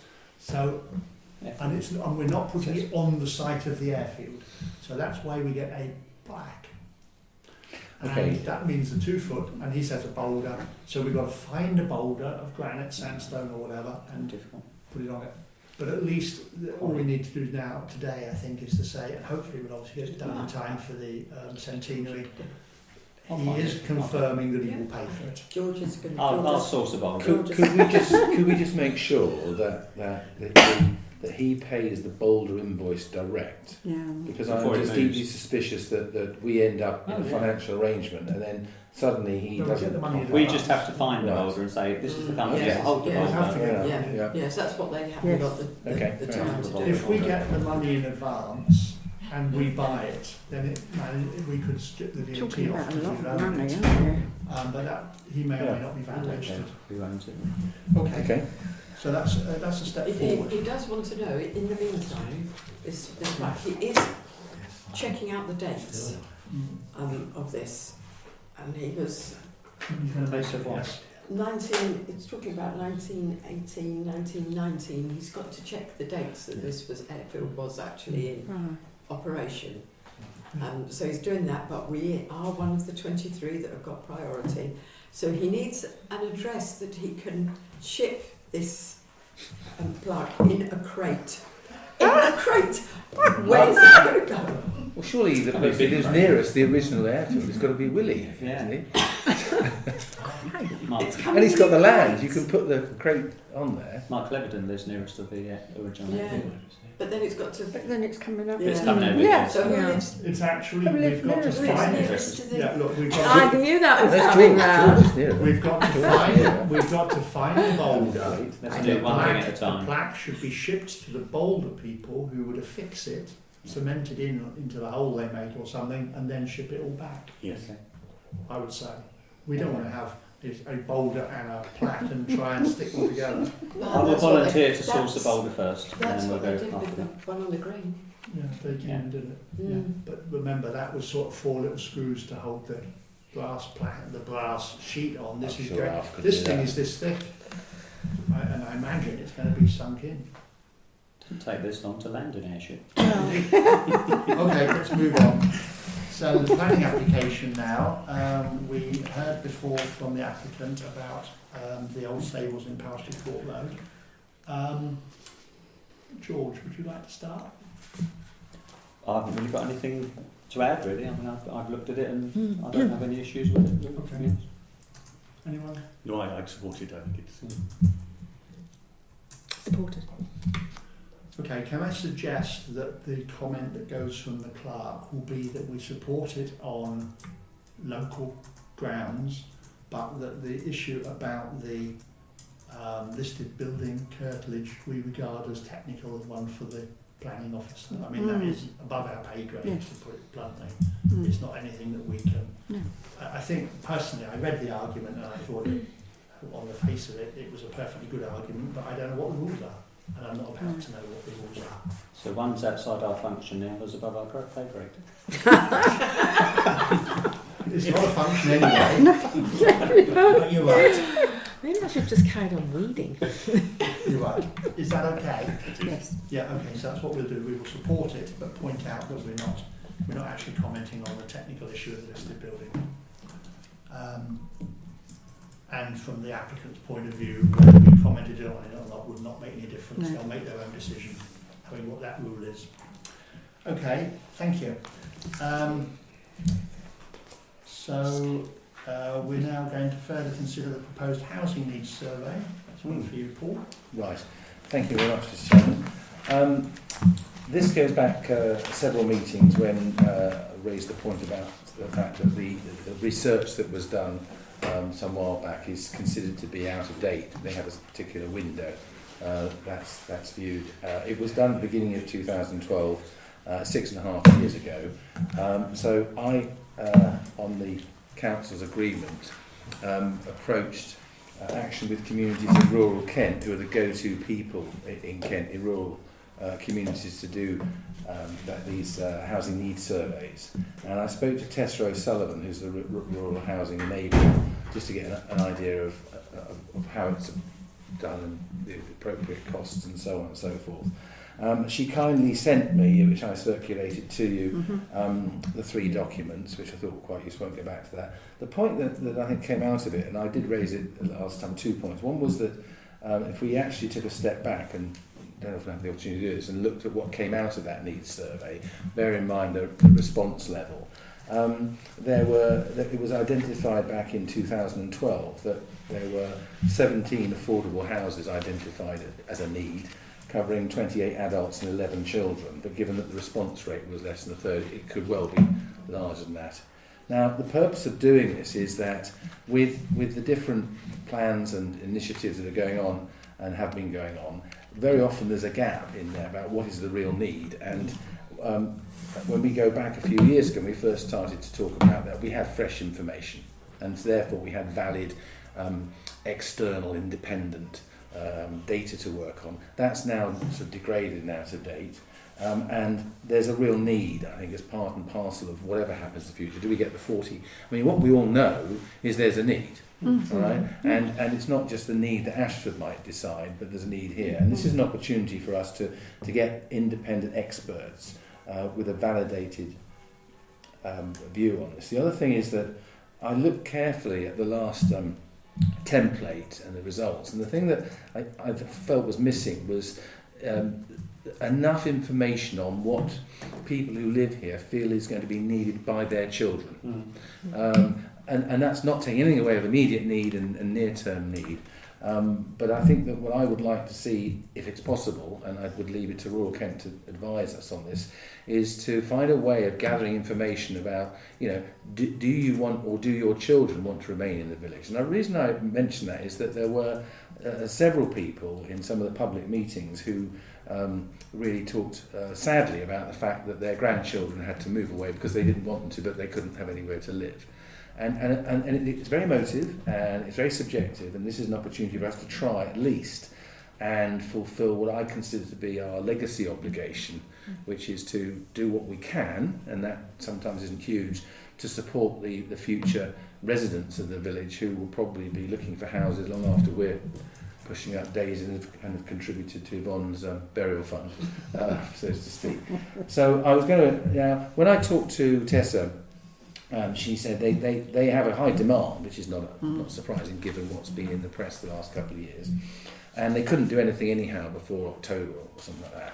And what I wanted to do was to get the council's agreement, in principle, we go ahead with this and get on the kind of list, because if we leave it to the end of the year, it could be the middle of next year or the end of it. And these things just drag on and on and on. And the other thing I'm mindful of is that when we get these developments coming through, be it the Stocks Road or the 40 from Ashford, and there will be others, that there's a gap. The real need is never properly quantified and brought up to date. And I think what we need to do, and the comment that was made earlier on, which I kind of agreed and disagreed with, in the sense that the bit I really agreed with was it's our responsibility as a parish council to do whatever we can to try and cut through the emotion and put forward some sensible data that we can then use to back up the views of, and also inform everybody else in the village and give people the opportunity. So, bringing all that together, this is going to be a cost. I would suggest we would approach our borough councillor for the support, but we can't rely on that. So, worst case scenario, I think it's going to be around about £1,200 to do a fully comprehensive. That's plus VAT, but we'll get the VAT back on that. So what I'm seeking from the parish council is the agreement to go ahead and get on the list and say, in principle, we'd like to, put forward, and then from that it would be a question of designing it. It's not, we don't just press a button and it happens, but designing it and I guess there's been always an opportunity to go ahead once you've seen the final design, but I need to be able to go back to Tessa and say either we're interested or it's not for us. So I guess that's... I think we might, you're right to say we could approach Mick for funding. I think we probably ought to be banging on the door of Ashford's housing. Well, they give out one a year. Oh, they only and this year's one has already gone. Right. And it might be that Mick says, you know what, guys, you might want to just make sure that the invoice is dated January the 1st or whatever.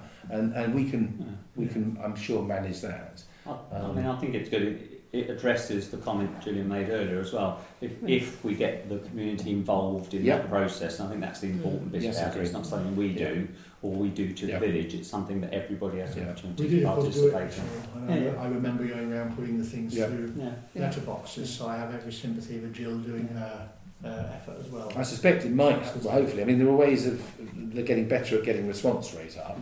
30% is still not a poor response rate, but given the raising of the profile, I suspect that we could probably get that response rate, higher up. And if we have a plan, it also gives us a criteria when we're being invited to make comments on new build applications to see if it fits. You've answered your question.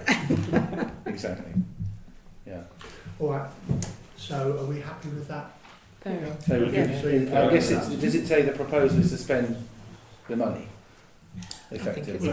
You said it's to get on the list in principle. On the list in principle. We So committed it. okay. We are wanting to put our place in the queue. Right. So it's like if we find we have to spend the money ourselves, can we afford to do it? That's the question. And we might.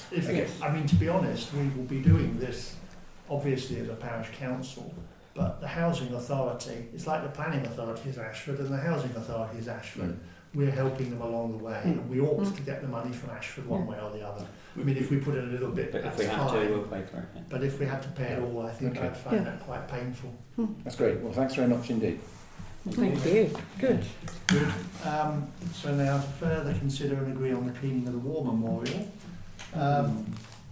Yvonne did have a response which wasn't quite the one we wanted. You will explain. I spoke to Neil Waters, who was the Burslem chap who was going to do the low pressure hot water. You remember the line? Historical induction. And said about just doing one bit, and he said he could see what we were getting at, but he said you're going to miss bits. The column, although it looks lighter, there are going to be bits on that. So if you miss doing some of it and do part of it, it's not going to look right.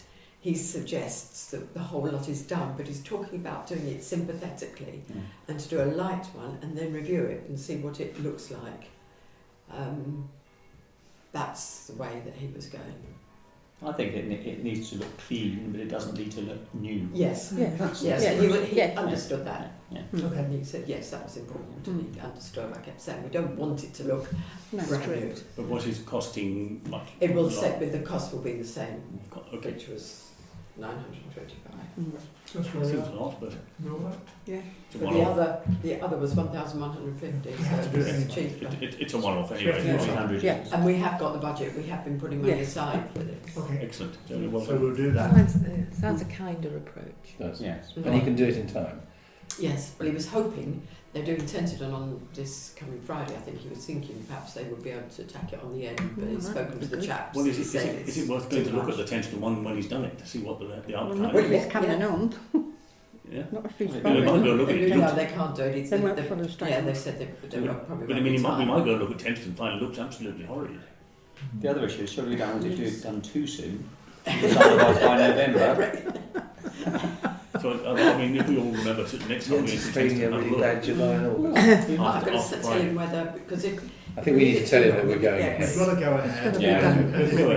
If we try and leave it too long, it'll get left too long. Book him, and if it looks horrid.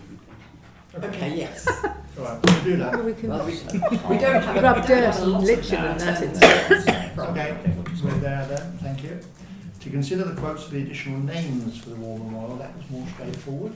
Yes, I spoke to him about that because I had a quote from JF Stoneworks, who were the other ones we had the quote for cleaning from. So I asked him about it as well, and he said, "Oh yes, that's something obviously they could do." Now, JF Stoneworks came in with £242 plus VAT. He has come back with, we would have to allow for a day of our stone cutters' time for this, to allow for the marking out, cutting and travel, so the total would be 340 instead of 242. So Burslem is the dearer one. Yes. Wasn't there an issue about needing to be done by someone who's a member of the right association or something? Didn't that come in one of the things you read to me before? Well, that was the cleaning more that was than... the cleaning, yeah, was it? Yes. The more of the Cleaners Association. It's bronze, it's burial stuff, but it's, yes, because they do memorials. So the one who's cheaper, are we comfortable that they will do it all right and not make a mess? Because the last thing we want is bits chipped off in the wrong places or spelt wrong. I noticed that the painting outside the school, I expect everyone else has seen it before, but they evidently misspelt school and then wiped it out, and the black's wearing on the off. road, it's quite So they've got SCO, and then the O's got an H over it. We don't want it going like that on the It's a memorial. sign writer. They obviously missed literacy when they were doing that. You know what you mean? Are we comfortable with these people? I mean, do you know them as well? James Stoneworks, the girl, the administrator, is very It's a matter of nice. the governors. They do an awful lot of memorials down in the cemetery. And they do them all right. Yes. The only thing is, of course, if they don't, they can always throw them away and do another one, which is war memorial you can't do. But then Burston may be no better. I mean, the advantage of Burson is they're doing it all. Surely these guys are doing it all all under the one time. umbrella. We've only got one person to negotiate with, rather than two different firms. Mm. I mean, is that worth £100? Job lost. If we're comfortable. They do. No, but I think it's the Yes. point. But they get I'm a easy, either way. No, as long as this stonecutter is a, they've got, yes, they've got the right stonecutter. I'd be tempted to stick with one firm rather than two. That's my instinct, but Right. it is What are other people's views? costing £100 more. I did say that it would be good to meet with them and they could help decide as, where a good place would be. Yes, know they This is were Burton, going. isn't it? Yes. And they've got a track record of doing this on Well, I think, cenotaphs and yes. memorials. Yeah. Oh, I mean, you know, it's worth £100. Okay. yeah, I think Alan's right. I agree. I think So keep we'll it go under with one Burston. project manager. Otherwise, if something goes wrong, one will blame the other, and the other will blame the other, and Yeah, sure. you know. Okay, we'll do that then if everyone's happy. Yeah. Good, thank you. Now, the next one is an interesting one. It's to consider the way forward with regard to the churchyard section of this John the Baptist Church Quintennial Inspection Report. And I think everyone's had that. I didn't study it all, but I thought that it was a hell of a comprehensive report. Even quite a bit on our churchyard, section 7. I would say it's only standard compared to the last one No, 5 years okay. ago. Sure. No, you sort of It's good. Yeah. I Don't know how think much they have to pay. they have to hit a high standard because they're not credible otherwise. Yeah. Well, what is quite interesting is that in terms of the scheduling, as you've probably noticed, they want us to re-varnish the notice board, which is a small job, and do the table tombs that have been going on for years. But actually, the churchyard boundary walls, they're relatively comfortable, do within 5 years, and if you can only do one, the one that we ought to do, which is along by the car park. So So notice- What I found odd is in the report, he mentions about the churchyard wall and says if you're going to do anything, do it this year. Yeah. But then in the summary it says 5 years. Yes, So- yes, it's just picked out, it's a bit by the lich gate that is picked out. Yes, It's the pointing the word. inside yeah.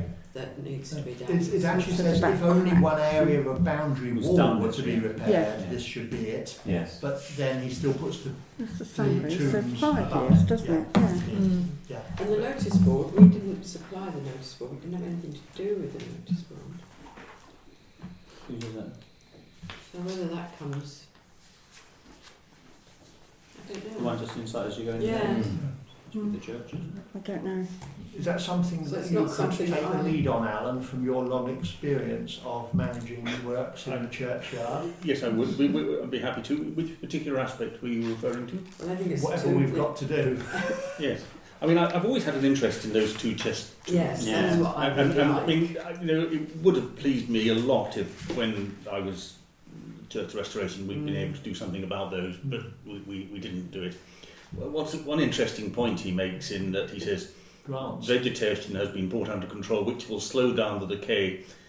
Of course, that's not actually true, quite, because if you look at these chest tombs, there is some rather fine, readable inscriptions around the bases. And that's been protected by ivy for centuries, which otherwise the elements would have eroded it completely. So the ivy has saved it. Yeah. Now, maybe you can help me here, but I can't get my mind around what the correct thing to do is. Let the ivy grow and protect it, or strip it off and let the elements destroy it. It's a delicate balance. Archaeologists always Given say that I we stripped should it all leave off things. last year, Yes, we did. before Sue says it's all my fault, I'll admit to it. Yes, well, I mean, The problem is if it's all covered in ivy, no one can read the Spent a whole description day anyhow. So I acted ivy is under particular- orders from a higher authority than myself. I think To strip it all off. I think stripping it off is the right thing to do. Did you Yeah. weed kill it around as well? No, I didn't weed kill it. No, I You never wouldn't did go weed again, kill it. would No, I used No. mechanical, electrical. Judy will not have weed killing. No. Well, I'm glad about that, Yeah. actually. No, And weeds it are safe. does mean that Yeah. Paul needs to go back every 3 weeks to take the ivy off again. But we go out on a Sunday with our Apart clippers. from the inscription, they're falling down, aren't they? Or one of them. Yes. Yeah. Okay, And he so- does so- suggest grants are possibly available. Well, I'd certainly be happy on the graves. I mean, what other aspects do councillors feel should be addressed within the quennial and the churchyard? Well, I've highlighted the bits that, I think they talk about the wall in variable condition, that bit by the lich gate. Well, that's something that I'm sure that we could get pointed, because they're just talking about pointing. Yeah. And that's we what they did want. do that. Ray Yeah. Culture did do some pointing Yes. just where you described, not that long ago, so I'll have another look at that next time I Yes. go down. So there's that. On the south side of this building, now they're talking about the, that's obviously the beer house they're talking about. West boundary at the north end is an open paling fence in good condition, changed into 2 water panels covered in ivy, and in poor condition next to the WC building, now fronted by the bins. On the south side of this building, the boundary is an open post and rail fence, leaning and loose and in need of repair. He must be talking about what's in Tony Mallett's garden. Yeah. Yes. Because, I mean, as soon as we'd repaired it, Tony Mallett stacked his logs up against it. And at the time I thought, can I say anything? Because things were a bit tense at the time because he was disappointed about the delay and so on. And I didn't do anything, but I perhaps should have done, and I then ceased to be church restoration lead. So, I'm not sure what's going on there. I can look at it again, and Yes, it may be timely to reintroduce the concept that he shouldn't stack his logs against it. Right. Right, so then we've got the bit that we've already got quotes for, and I want to get another quote for the areas where the holes and it's loose, so we know about that. But, and the other bit I picked up, paths and paving. Paths are in good condition, some slight moss and vegetation growth which will need treatment in due course. Well, They you can't- like it as it is, with the little bits of Yeah. grass coming through the... It's not So- slippery. Do you know what I mean? Through the Well, brickwork. what you can do in these situations, which gets away from weed kill, is just go along with a strimmer, and you just go up and down the path like that with a strimmer, and it gets rid of all the growing weeds. And you have to do it a few times a season, and it doesn't cause any damage. Someone suggested to me, because I said I didn't want to put weed killer in my courtyard, and they said, well, the old-fashioned way of doing it was salt. Salt, I was just going to say. Yes. So it is. But that is technically Which might be worth it. Salt in I think salt I- in I- a I- church. The only thing with the Salt in a stringing is churchyard it has can other actually- connotations. I'm not sure we should be going I back. doubt the reg would object to Does salt, it? would she? Yes. Would object to... Salt. Oh, we had a Salt. superstition. It's chemical, it's still, you're still You using don't it as a think that's chemical ever been ingredient, put aren't to you? I mean, salt is awfully good There's for a lot of moss, weeds on the terrace. and salt does I don't think abolish that's moss. been mentioned to her. So Right. Anyway, that's... Salt. All right, we'll leave that with you, Alan. I'll, you. yes, indeed. Thank Thank you. you. No, thank you. I'm pleased to take it on. Good. Shall I Interesting list the project. things that I've highlighted then? Would you mind? And So that's a that little you've email got- when you've got a chance. Yes, that's just... Okay. So then you... That would be good, and I'll try and follow your guide. Good. Yes, And you'll be good on getting the ground for the test tubes as well, because that used to be your style on the trail. Indeed. I spotted that as an option. Yeah, good. Okay, the next thing is... Please. Thanks, Phil. The next thing is the privacy notice that we have to agree, consider and agree. That was based on the one we got from Satswana, wasn't it? No. Well, No, that's That's what I didn't like. the one you didn't like. Yeah, It's a shorter one. yeah. Oh yeah, that's the one based on Cranbrook. Brambles. Okay. Well, for what it's worth, I went through that and the retention wearing my GDPR hat, and I thought they were perfect. Yeah. Good. I Okay. went through it. As I've been teaching that for the last 8 weeks, I Right. That's there's a couple of Okay, ideas can over we there, all- but I think that's great. Thanks for coming, Roger. Take care. Can we all agree that then? Yeah. Yes. lovely, thanks Paul. And the retention policy, Ditto. which, Ditto. We've done the yeah, same. I mean, it's a mouthful, but be that as it may, that's a part. The only question I was going to ask about that was, and I'm sure you've got the answer, is that where, just remind me where the backups are. In that, if you are retaining stuff, the only question you might have is if you're retaining it just on your PC, you probably need to have an external hard drive. Yeah. We went through that, but There's a John's, cloud backup. but John's come up with something else. He did a whole paper that I did forward. I'm sure. I don't know if you might have. Anyway, he came up with something else rather than just a hard drive, which I need to look at. And he's coming to do my computers, encrypt them Okay. and everything. Fine. So it's As long as there's something protected. off site, in this case off your Yeah. laptop, where there's Or a you could use backup. cloud, can't you? Yes. So- Right, okay, so we've agreed the retention policy. Payments for authorisation is firstly to reimburse the clerk for the train fare to London to attend the launch that she told us about, £53.80. Yes. We agreed. Mhm. Correspondence, we're being asked for a donation from Ashford Citizens Advice. We haven't given before. I checked back, went back to 2013. Which was, Wouldn't we give that to Tenterton anyway? We've done it at some time, haven't we? well, I went back. Just we- rings a bell. Is there one in Tenterton? The Tenterton Advice does Yes, operate yes, up to Tenterton, yes. but Yes, I well, would the How many Town people from Probably Wittersham Ashford. go to It's Ashford? probably Yeah. Ashford. probably a branch of Ashford. Yes. If it is, yes. I'd be inclined Desperate for advice. to suggest the local one rather than Yeah. You say the local one, you mean Tenterton. Tenterton, yeah. But then I'm it's just Tenterton's wondering, part of That's Ashford, you probably see. Oh, is it? half Yeah. Okay. Yeah. I think they see people in the town Yes, hall. Yeah. Ashford and surrounding villages. Okay. Yeah. 35 clients from Wittersham and Isle of There we Oxney Wall came to Ashford Mm. Borough Citizens Advice over the course of last year. Yeah. Okay. I'll rest my case. Yeah, It's Yeah. just out of interest. Does Rye have one? it will do, yes. Because I would don't suspect know. that I'm people sure it might does. equally go to Rye for advice But as to. then the difficulty is that's across county, and that's going to cause all sorts of confusion, isn't it? Okay. Passport. You know. Oh, I took the words out of my mouth. I mean, Okay. well, Financial passporting rights. we may have to rely on Winchelsea giving their money to Ryan, Wittersham giving their money to Tenterton. I think it's a good idea. We do. Yeah. Okay. That's sort of what we were thinking of, because we spent most of our donations budget last month on marquee. Site general. We give £50 to victim support each Okay. year.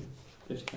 So it looks like £50 then. Yes. If we've got £50, Okay. I think it's okay. Yeah. All right, agreed? Yeah. Good. We've got another one And the coming up next there. one is a donation to Sussex, Kent and Surrey Air Ambulance, which we have paid before. £250 in December 2014 and £250 in March 2017. I'm very in favour of that because I do believe that it really could help.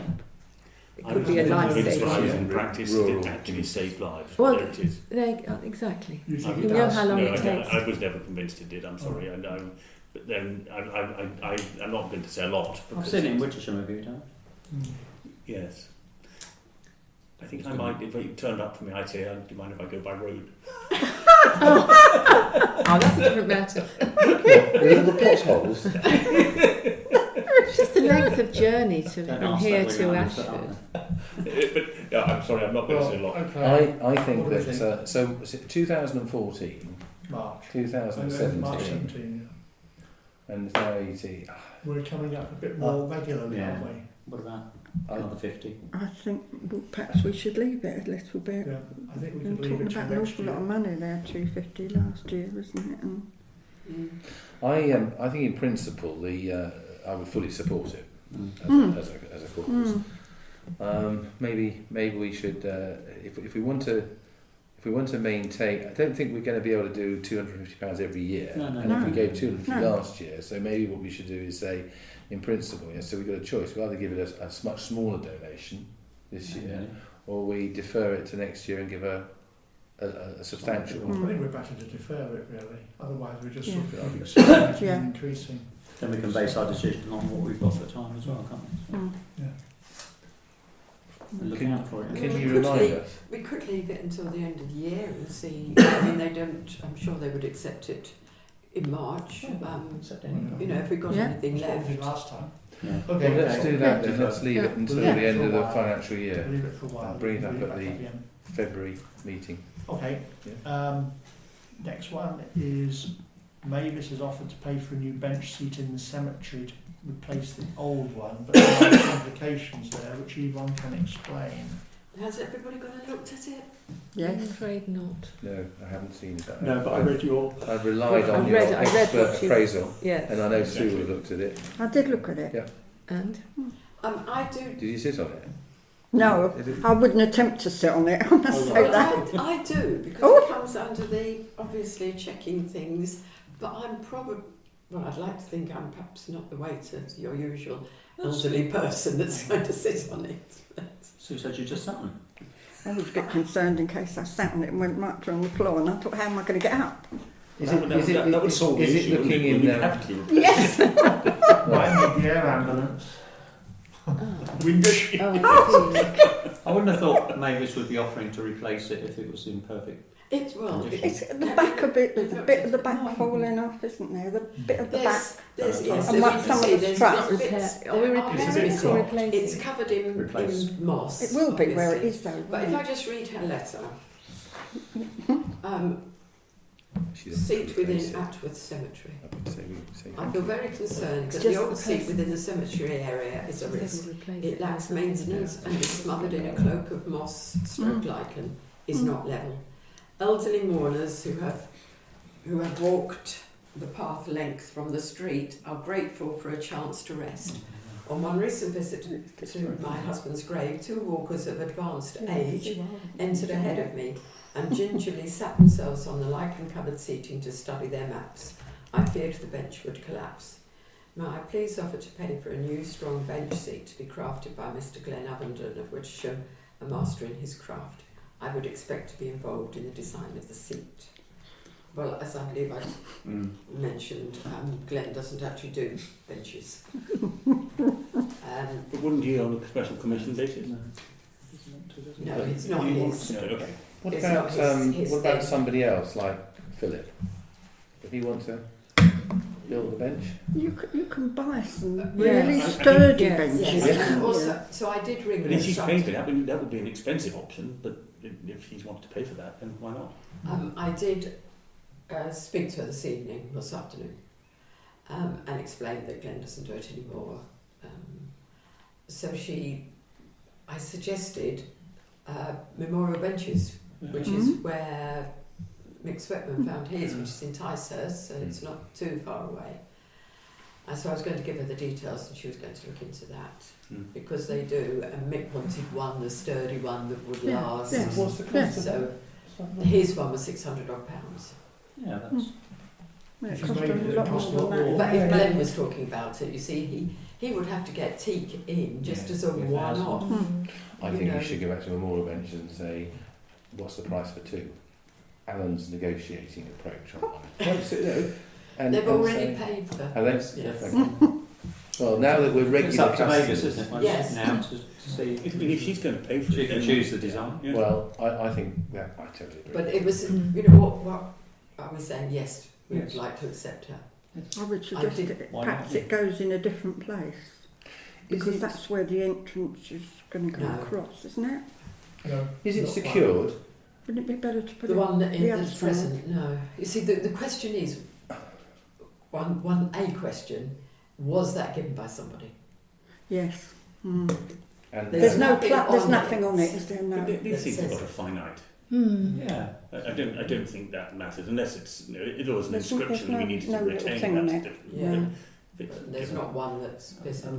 No. If it's past its sell-by date, then it's past its sell-by Yeah. date. And the next question is, if we are considering it unsafe, do we get up to take it apart now? No, rather than wait leave it. till we've got a new one. Well, if someone has an accident on it, I'll Yeah. agree it's that's- I unsafe. mean, yeah, And if it's been brought to our attention. yes. Well, we're not actually considering it unsafe. There are doubts being raised about it. We haven't done anything to prove that it's unsafe. In fact, 2 people sat on it and it was fine. So it's been proof tested. I would or get a new one, get Mavis to decide what she wants, and then just replace it rather than going to. And then And I would suggest fixing it because if they're £600, Oh, they yes, could definitely. grow legs and walk. Yes, yes, it we'll will do that. walk. Yes. Back to- Well, you know, Wittersham. Presumably Fix it the again. one that Mick's having, is that going to be fastened? Yes. Well, I think we should consider fastening it as well. That makes it more expensive, and Mavis needs to know that. Yes, but I'm sure she'd be very happy to Yeah. support that investment. Okay. So we're going yes to her, and we're going to leave the... If we leave it but keep an eye on it, and if it deteriorates any further and looks that it might be You unsafe, can take your dog for a walk. No, for several twice days. a week. I Definitely don't do take my my dog in the church. contribution though, because otherwise Yeah, but it's only a we'll little go bit round the ourselves corner. in You haven't got to that go too position. far. Still, And sit on it, George. I don't have time to sit. Okay. We're all clear on See if that. you fall on the Yeah, floor. Art knows what she's doing. Yeah. Good. Okay, let's move on then. Lloyds Bank. Lloyds Bank updating a business account, a technical issue. Yes, that was just their usual, one of these, we're updating your business account, and if you've got a mobile, you can do this, that and the other. Well, obviously I've got, an online account on the mobile, but I can only look at it, I can't do anything with it. And we have two so- check signatures which they can't get online. No. Okay. It's a waste of time. Wittersham Sports Club wrote to thank us for the donation Yes, for it hiring was- marquee, and I don't know if people here went to it. I was Yes. in France, but I believe it was very successful. Very successful indeed. How much did Wittersham Sports Club make on the day then? Do we They know haven't that? told us that. No, I Okay. just just wondered the- if we made a donation, then Well, all the Where the it whole went. all of the children's event, which was the primary reason for the donation for the marquee, Yeah. the children were not charged. okay. So that's Well, re-subsidised. And they but they got a lot of donations from businesses and a lot of individual people made Okay. food as well. Yes, on behalf of Wittersham Sports Thank you. Club, I would like to extend our gratitude to the Wittersham Parish Council for their generous donation of £280 towards the Royal Wedding Tea Party celebration at Wittersham Sports Ground, held on the 19th of May 2018. The support of the Parish Council was invaluable. The marquee provided a lovely backdrop for the event and allowed for a proper tea party to take place, and also ensured the sun shone. The event was attended and enjoyed by many from the parish, and a wonderful village community atmosphere was achieved. Again, the Wittersham Sports Club Committee, thank you for your support. Who's that from? Tina Tina. Barrett, Good. as Secretary. Is it reasonable to ask, and probably nobody wants to answer this question, are we any closer to a sort of long-term resolution of our dilemmas there? It's still rumbling on. Okay. Ashford are involved. Okay. Is there any Um, chance of them making a decision? Yes. They're moving that way. Good. It's tricky. Just don't ask the time question. Okay, the next thing is Willie Everett, who we talked about, I think, after the meeting last month. He's donated his fee for handling the cemetery land transfer Brilliant. back to us, which is very nice. Generous of him. Yeah, Would you be thanked had him? the I cheque. did, yes. Thank you. Now, the plan had been, just for you to know, the plan had been, and I had told Willie that it was going to be in the Outlook in my May month report. There is not a May month report because we had the council meeting on the Tuesday night. Wednesday and then Thursday morning early I flew off to France. So Wednesday I did the shop advert and that was all done. I did the report on the council meeting, including the fact that Willie had kindly donated his fee. And I did a couple of letters that Yvonne needed drafts of. And I did everything, including Yvonne agreeing the monthly report, except I then failed to send it to Outlook, which was stupid. So they didn't put it in. Unfortunate, Sue, that you didn't raise it with Yvonne because she had a copy. I didn't pick up on it But, until I got the finished draft so for her, and it I will- thought, where's Jeremy's Yeah. stuff? It will It was too late. rebound on you because you'll get a longer one now. Fine. The next one. Send it in, I don't Let's care. break the But news anyhow. to Frank that the cricket report from Stone might need to be shorter. But anyhow, we will Sounds mention pointy. in Outlook that he's done that because he Yeah. got Well, he a went over got it. an earful Yeah. from Pages John last time. time about charging it. About nothing, I hope it was So entertaining. it will That be in is there. exactly how Frank speaks, though. is it? Yeah, Okay, on we go. You can hear him as you read it. it's rather nice. You had a request from Ashford for a copy of the emergency plan. Yes, they asked, they had one last year And have we when we sent did it, but I updated it Good. with obviously Perhaps that's what they were thinking. details on it, so they've got, Updated. Good. got an up-to-date Brilliant. updated one. Okay, Miriam asked for correspondence between us and Simon Cole, which you furnished. We did all that, if you remember, Mhm. months ago. And she also asked about why the Palestry Court Road hadn't been on the agenda, and Yvonne explained that it's because we did it outside the meeting. One thing I was explaining to Yvonne before you came tonight, having looked through all these things about the Crow Act, I found a regulation, although it may not be a regulation, it may be called something else, but it's a government document that says how planning applications are dealt with. This is the modalities, not what our checklist would be. And one of the things is that this is where Rother gets there. You remember Rother had a procedure which was all about, you know, this happens and that happens. The strict rule is that firstly we have to tell Ashford that we want to be consulted, and we can take that they in effect know because they do consult us. Secondly, I mean this is all tick box. The next thing is that it has to happen anyway in theory, or it may be only if we haven't done the first bit, but we have to tell Ashford every time we're consulted whether we expect to apply, at which point we've got 21 days from when we were consulted, not as long as we take, depending on when they come in. That's what Rother says in their note, you've got 21 days. You can ask for an extension, although you don't necessarily get given it, but the government advice is you shouldn't need to ask for extensions. Well, I don't know who in government thought that we would be meeting every fortnight as a local council, because that's the only way you'd manage it. But because at the same time the monitoring officer has told us that we should deal with everything in a council meeting, or indeed a planning committee, of course, which still has to sit in these terms. So it's unreasonable, but that is the official rule. Okay. Working party reports. Caretaker. Yes, I'd just like to, I'll put it under caretaker because it is our responsibility. Coronation Field.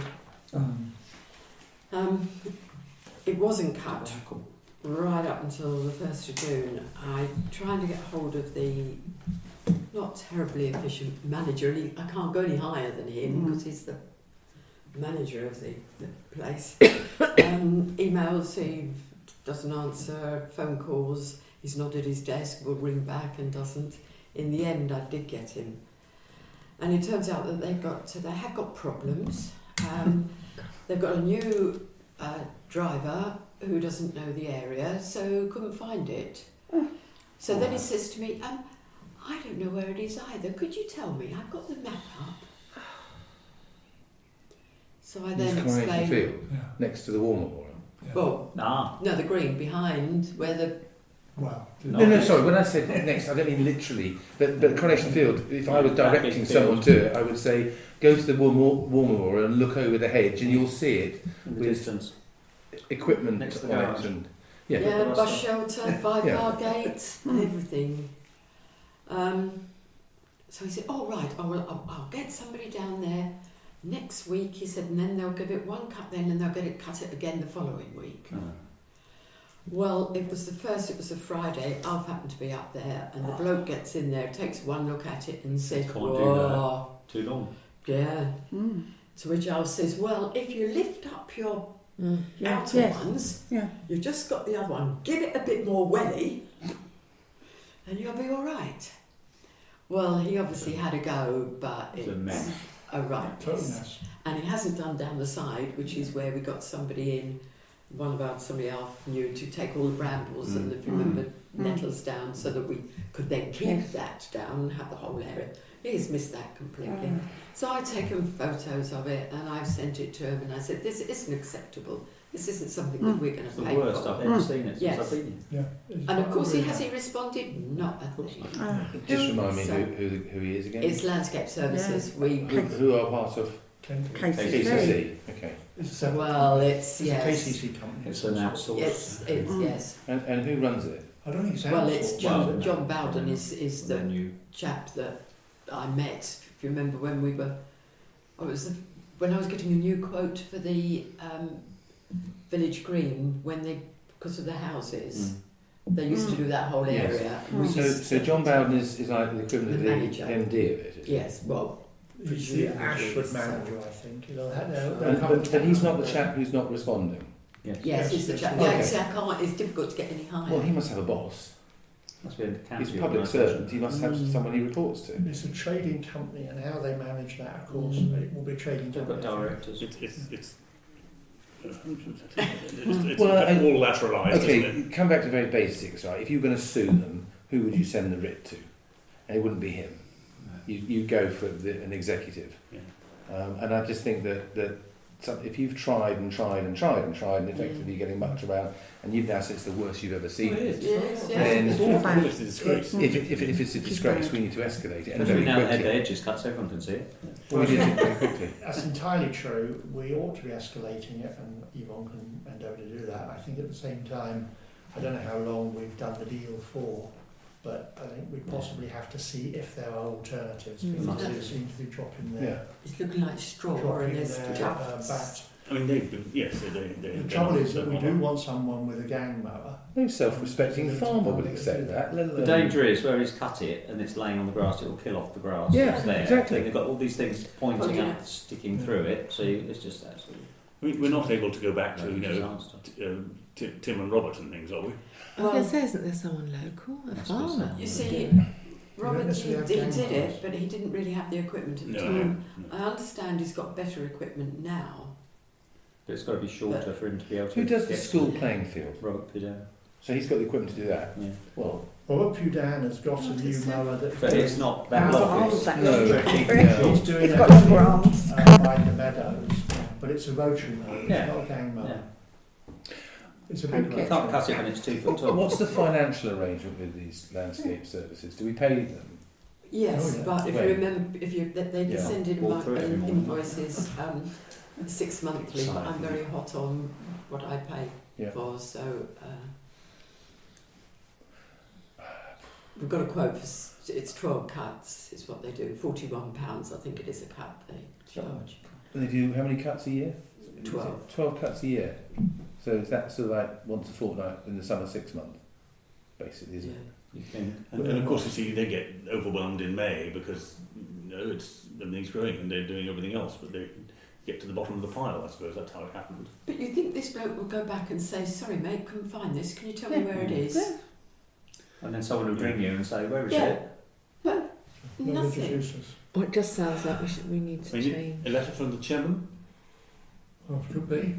I think in the strongest possible terms. with photograph. And Just he's not responding to. I sent him this and I Shred it said, in his this, mouth. I'm not paying for this. This isn't a chargeable cut, is what Tell I you what we said. could No, do. we don't pay for it. That's Okay, absolutely right. tell you what we could do Half is time. inquire of Mike Hill what the status of the organisation is, because he'll Oh, know yes. if it's a trading Yeah. company. He's on the cabinet, Yes. and he will know the chief executive if there is one. And say how disappointed we are. Actually, yeah, and also KCC org chart is on their website, and you'll be able to see where it fits in. Yeah.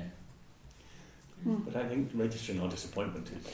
If you write to them, may I suggest, I don't know what it's called these days, but certainly registered letter in the old days, and I would suggest that you fire a copy off to whoever we discover is the person running it as well, and put CC that person's name at the bottom of the letter. I mean, they're all bits and pieces, but what we don't want is someone to say, well, I never got your letter.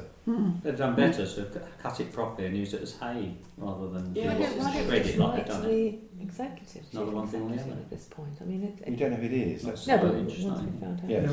We'll try and track down Yeah. a bit more information and Yeah. do something about it. No, actually, I think Leslie's right. I think we should go straight to the top of the organisation. Equally, if we can find someone else, I mean, We maybe normally find it works. Pudan does our field now, but he charges us more than landscape services used to do at the Meadows. And it's not, I don't think it's a brilliant job. I mean, landscape services weren't very good because of the same problems at times. And as some people know, Janet Tidd is not very hot on it. But I don't think a rotary is as good in principle as a gang mower, Yes. a cylinder mower, which is, of course, guillotining the grass rather than flailing the grass. But on the other hand, if you don't come often enough, then Yeah, that's the Gang mower issue. doesn't If it's do done it. regularly, What are the- what does it matter? What are the alternatives to landscape services apart from what you mentioned? There are other people out there. well, who must do- Pudan has got this rotary mower that's doing our field, which is it's like cuts the a cricket rider. ball? You know what Landscape services. landscape services do it. Yeah. You know, and they have been doing it Yes, because they know where it is. That's a square. You know what a house ride-on is like with the rotary Yeah. underneath. Well, if you imagine a bigger one that Pudan has got with a a piece in front of it, a big square steel thing in front of what he's sitting on driving along. Yeah. That runs along on its own little Wheels, yes. and it would appear to have 2 or 3 rotaries underneath it, because it's not high enough to go this way, and it's not square for a big round one. It's longer this way than that, so it must have sort of one here and one there. I think there's a potential case that they've broken their contract. We could fire them. Oh, definitely. I also think it might be worth investigating Tenterden Cricket Club, not the square obviously, but they cut that. Now maybe they did it themselves. I'm sure they do. Do they themselves? They have somebody who, I forget his name. They've got a contractor who does it. Well, they've had somebody there who's been dedicated to the cricket ground for decades, and does it for love, really. Well, maybe he'd like to do a bit I more. was going to say, would you like No, it? I don't think he does. I think he does it for Tenterden. I don't It think. could Well, only it might be if worth the machines asking. go down the road. Yeah, no, It he would won't only be bother if the anymore. machine can drive down the road. Otherwise, it's stuck on the cricket ground. He may have actually already gone, but I know Tenterden Cricket Club have been dreading his demise for about 2 years. Okay. Who does the sports bit? Landscape services. So they know where it is. Yeah. In fact, I saw them doing it. Regularly. yeah, but this is I not. asked who it was. This here is not so much just knowing where it is. It's also that whoever did it has done a really poor job. And they've missed out the edges. It's been there too long. Yeah. No, I think that's partly because it hadn't been done. Yeah. If it's not been done, then But you a poor job is almost Don't just guaranteed leave it and to be leave it and brought up leave to it, it. do you? Then They should be able to raise it up. Yeah. Oh, very poor. I would definitely send the photograph as well. Well, I've already sent photographs to this. I Send suppose it to that the- No, whoever you've got takes to on the find job, someone. send it to my next year we need to be on. on the case a little bit, just to say, look, it hasn't Yeah, been yeah. cut. Okay. You know, why isn't it cut? Because that's the contract. It's got to be cut. And if you I- need another 3 I days, think it's this not chap- going to be cuttable. I think this chap needs to come and physically look Yeah. at what he's supposed to be directing his team. Okay, bye-bye, Jim. Okay, look, we won't solve it here, so we know what we're trying to achieve, and we will do what we can. Next thing is planning. Finance. Finance. Also, finance I've gone over, yes. So, does anyone have any comments on the monthly and the caretaker's subset of it? Apart from the fact that I forgot to centre the reconciled bit. No, it doesn't matter. I think that's my answer. Bit Sorry. cross-eyed. Any comments, or can I sign these off? Yeah. Okay, we're all happy? There's a strange version of reimburse as well. Was it?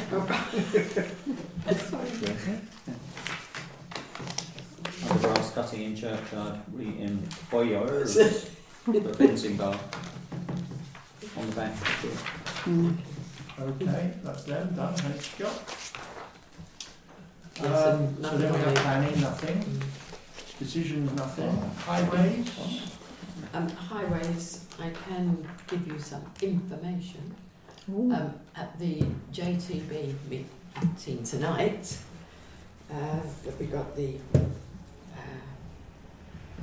advanced agenda and stuff for, but it also gave us the highways, what they call the highways works list of what they're planning to do. So, Must be exciting. breathed in. Right. It states that the Stocks Road Junction will be micro-surfaced on the 18th of July, which we knew they were going to do. Haven't had the official yet, but they said they would some time ago. And it's the potholes have been filled up there, so that's ready to be all done.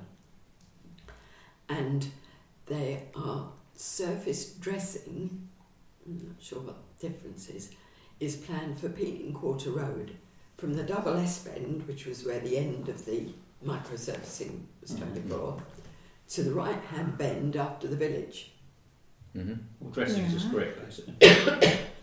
to be programmed for July. Yeah. Right, now my concern is that we've got that water leak there. Which is still going on. Exactly. So Yes. if they come along and do whatever they do without sorting that water thing out first. So I have emailed Jonathan Dean, who's supposed to be in charge of that section, asking him to confirm that they're going to sort that out first, because otherwise... Just dig it up straight away. Yes. The problem with that water leak is that, and maybe I missed it, but I'm under the impression that no one really knows what causes it. Yeah. Well, there are two theories. One is that it's something to do with the road, it's underneath the road itself. And secondly, that water leak, even if they repair it, will carry on because it actually starts in the lady's field. Wayhurst Nursery. Yeah. And of course, Mrs. And she doesn't want anyone She's on her lap. denied access. Yeah.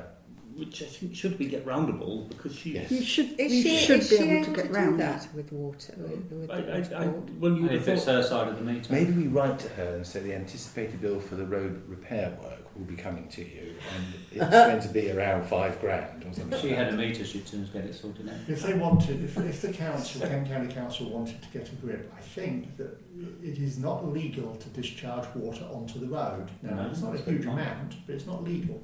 And therefore they must have powers to do something about it. It's actually, Somebody that's a is. really good point, because in the winter it freezes and it's like a ski Dangerous. pattern. Yeah. But yeah, your point is exactly right.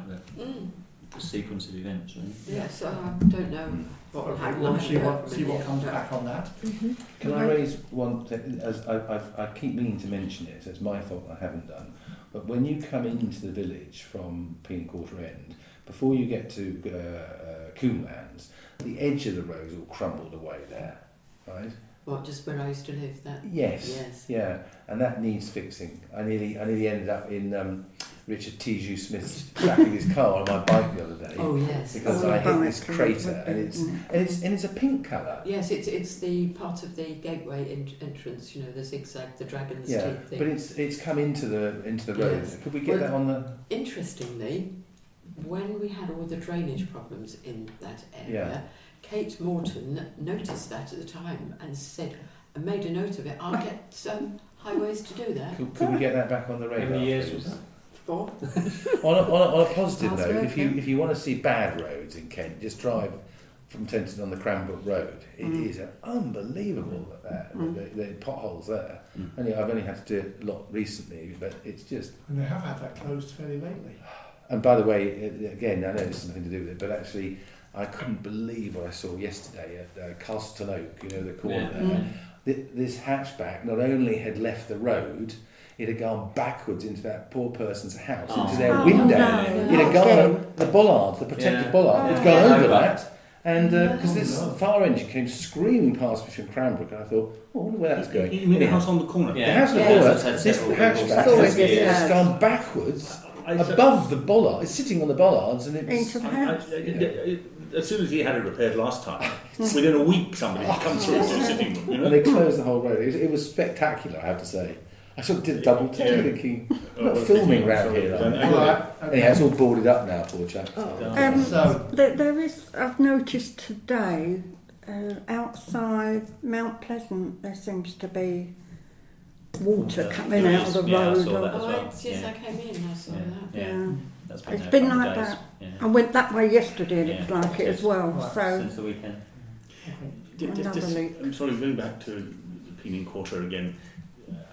Possibly Mrs. Pellew, since Edward Pellew died, she feels a bit, how to put it, socially isolated. I haven't seen her for a long time, and I suspect how we approach her is the most important thing, or how anybody approaches her, because I think she's quite protective of her privacy. Job for a kindly GP then. Well, I'm not, you see. That's I would have had a role, but I don't. Do you see what I mean? Maybe a And I'm just kindly trying to parish Just know that. councillor. it would be. I'm yesterday's man, Jeremy. Stethoscope ready. Can I suggest a tall, dark silk top hat with a ribbon round it? Knocking on her door But I or a suspect sign. if approached the right way, she would just say, you know, it's okay, come on in. But she probably is very, very protective of her situation and her Very privacy. worried about being. And so she's always going to say no unless she really understands what's going Which on. lady is she? She's not the one with the refuse tip at the end of the garden that gets burned. No, that's Mrs. Parsons. That's the bungalow. Yeah, they kind of build up all the. It's where the greenhouse, all the old derelict. Yes, which you can't really see, can you? No. I mean, you would almost not know she was there. Right. And that's How do you get into that property? There is a little drive in it. Yeah. There's a little where drive the in. water is. Yeah, exactly where the water is. But I mean, she you know, her husband died about 3 or 4 years ago. Yeah. I've got a funny feeling she doesn't actually know anybody in the village. She's often standing at the end of that She drive, does go to get waiting the bus. for the bus. She gets yeah. the bus. Are you suggesting maybe it's a personal visit rather than a letter? Well, I'm just trying to think of a way through, because if somebody asked her the right question about the water supply, she would give the right answer. But I'm not sure what the right approach is. Do you see what I mean? I And at the don't moment, know her, so it would be easy. It's No. one of those classic situations where it would be so easily for her to be misunderstood. but there's only one person. So it needs someone to go and ask her how she's getting on since her I don't husband even died. know her. And by the way, I've noticed. Well, then nobody does, you see. No. That's the Apart from point. you. Yeah, nobody does. Does the vicar know her? That's a good point, actually, isn't it? Ah. That's a good point. Yeah. And I don't. She doesn't go Because to that level of but that level of sensitivity might be out of the community, might be something. She wouldn't be one who goes, like, comes down for the lunches or the I doubt teas. it very much, but I don't No, know. But no. Judy would be the person who would Yeah, know. that's a We could good, invite very her. good start. Yes, but I doubt she can't. So Anyway. She probably doesn't it's even a know there's a delicate- house up and, there. you know, Oh, dear. there's a manoeuvre there which would work, but I don't know what it Right. is. Okay. Okay, we'll see whether that moves anywhere. I'll perhaps have a word with Julie and see. I think that's the think best thing to that's do. probably a good start. Yeah, outreach. I will. Okay, public rights away. Well, we're back to this question of the state of the things. So if I'll just quickly read you this, because this is what came through to me as the Countryside Access Warden. Many of you are aware that we run large-scale surface vegetation clearance contracts through the spring and summer months to keep the network of paths open and available. Many of you help with inspecting the contractor's work, which is what I do. This year we were due to procure new contracts, and this has been taking place over the winter with new 5-year contracts awarded in April. Unfortunately, we have been experiencing some problems within the Ashford, Folkestone and Hythe, Dover and Seven Oaks districts. Many of the paths have still not been cut, or those that have may not be up to the standard we expect. We would usually be expecting the first cut to be nearing completion by now. I just wanted to let you know that we're working hard with the appointed contractor to overcome these issues, and concurrently are working up a backup plan with other personnel available to step in at short notice. Either way, I expect to be back up to speed within 2 weeks, but it could still be another month before the first cut is completed to our satisfaction. I can only apologise for this, reassure you that we are doing all we can to get back on track, and ask for your patience while this problem is resolved. Well, the first one I had, because what they do is they send out a list of the footpaths that they're going to clear. And so obviously, you know, we've got the Wittersham ones, and they tell me what number it is, and then they say a bit about it, and so they're the ones that I know. And on the column here, they say when it's been done, so I can then go out and check them. Well, there were some that haven't been dated, but there were some in the Ashford area that have been dated. But apparently, 80% of those that they said they had done, they hadn't even touched them. Probably can't find them. So there's a big problem, and ours are getting bad because I can't take my walkers down some of the paths because they're too overgrown, which means they carry on getting overgrown. Someone's I standing think there, that's doesn't it? Yes. Okay. And Thank you. can I say I had a bit of a grump from somebody today about, I think George probably walks that way quite a bit, the dog, Summer house. from just below, the one just below where I live, footpath, the Right. second stile as you go down Mary's. Oh, right, yeah. So a piece of the fence is missing next to the stile, Right. and the Sills wanted to put their cows in that field because the grass is Yeah. there, but they can't put them in there in case some of them escape through the hole. But it looks to me, I mean the stile is very rickety, it looks as though somebody's maybe taken the wire, which has disappeared completely. Oh, it's the one by the cemetery. Yes. Yeah, yeah. Yes, so you go down we went, the dip. yes, in fact we all... Has it been a long time? We walked through the gap instead of going over the stile. Yeah. But Because, they're yes, saying they it's there, can't they put their have taken cows it in out. there because some of them could go through It's the hole. landowner. I'm sure he's not within his. He could just come and put a bit of netting up there for the time being. But whether they might go and put it a bit netting up Because, there. well, the sills, the one at the other end of that footpath, Mm. is theirs, and They've been out there doing quite a lot of so work I'm as well. surprised that is that the Just a mallets grump. then? Yeah, I don't But just know. for the record, I never It's walk not- it's my not- dog along there. I need to wonder where you did Don't walk your dog. You don't go in. Down You summer don't house. go They've seen in. this dog. They've seen this lead go through Phantom Dog. Broaden your horizons. Go down summer house, round the big field. All right, Can't you come just have a on. word with Andy and say, Come on. put a bit of fence up? All right, But I enough, have enough. reported it, so took a photo and reported it. Okay. Right. So next time when she grumps at me, I'll Yes, it has been reported. Okay, thank you. open spaces. We haven't had a subcommittee. We meeting. haven't. No. Well, I've been on holiday, I did offer to Okay. take and I know I saw that. Thank you. What So was I must go and find out. No, you can say whatever you like. Well, no, not No, you. no, Did he see some? You didn't. I offered to take, I asked where the open spaces were. and I said I was quite happy to take But we Leslie never. round. Did that sometime. get any further? Did you get a? Did you? No. No, we haven't got. So if you send when you're free, if you are free, take us out. Right, I will. Take us out to an open space. That's an invitation.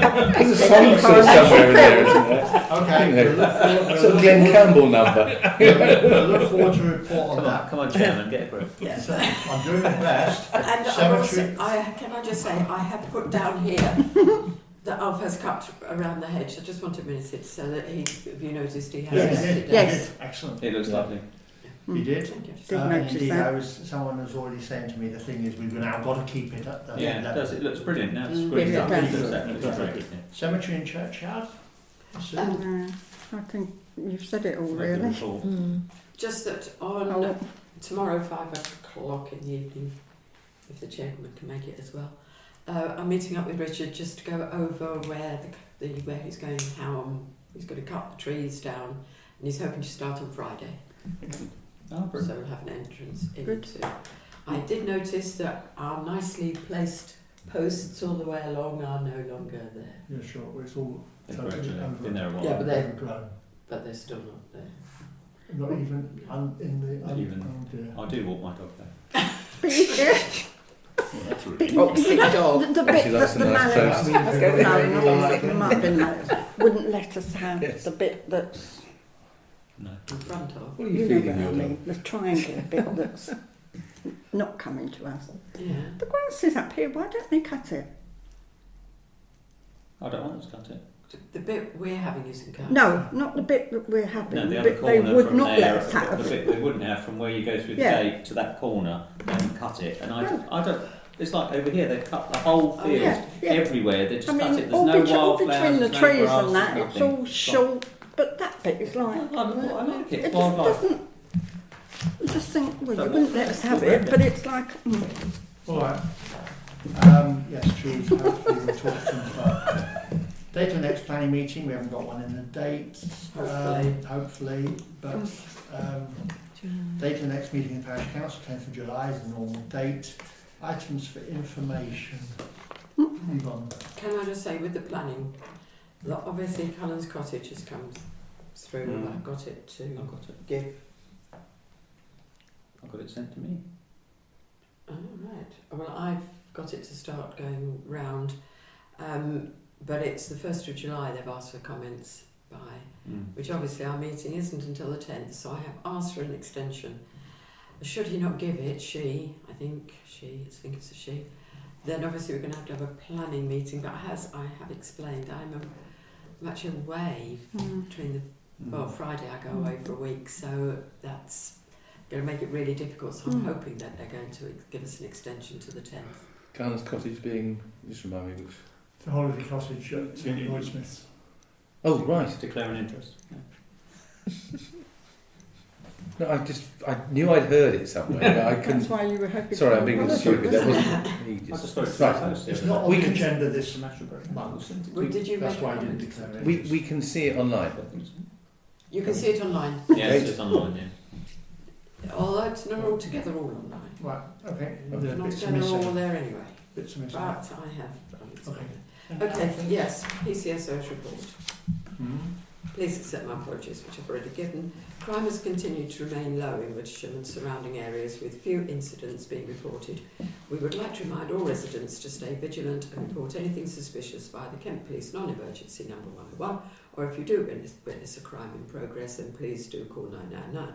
I would also like to draw your attention to the online crime reporting system on the Kent Police website. This gives members of the public the ability to report crime online rather than by phone, which some may find easier, faster and more convenient. Full in-depth crime statistics are freely available by visiting www.police.uk. Some speed checks have been carried out in the nearby villages this month, with drivers receiving speeding tickets when over the limit due to having help from a traffic officer. We will continue to be out and about doing checks when we can in surrounding areas, and if you feel that there are areas we should be looking at, please let us know. I would make residents aware that as a community you can set up your own Speed Watch group.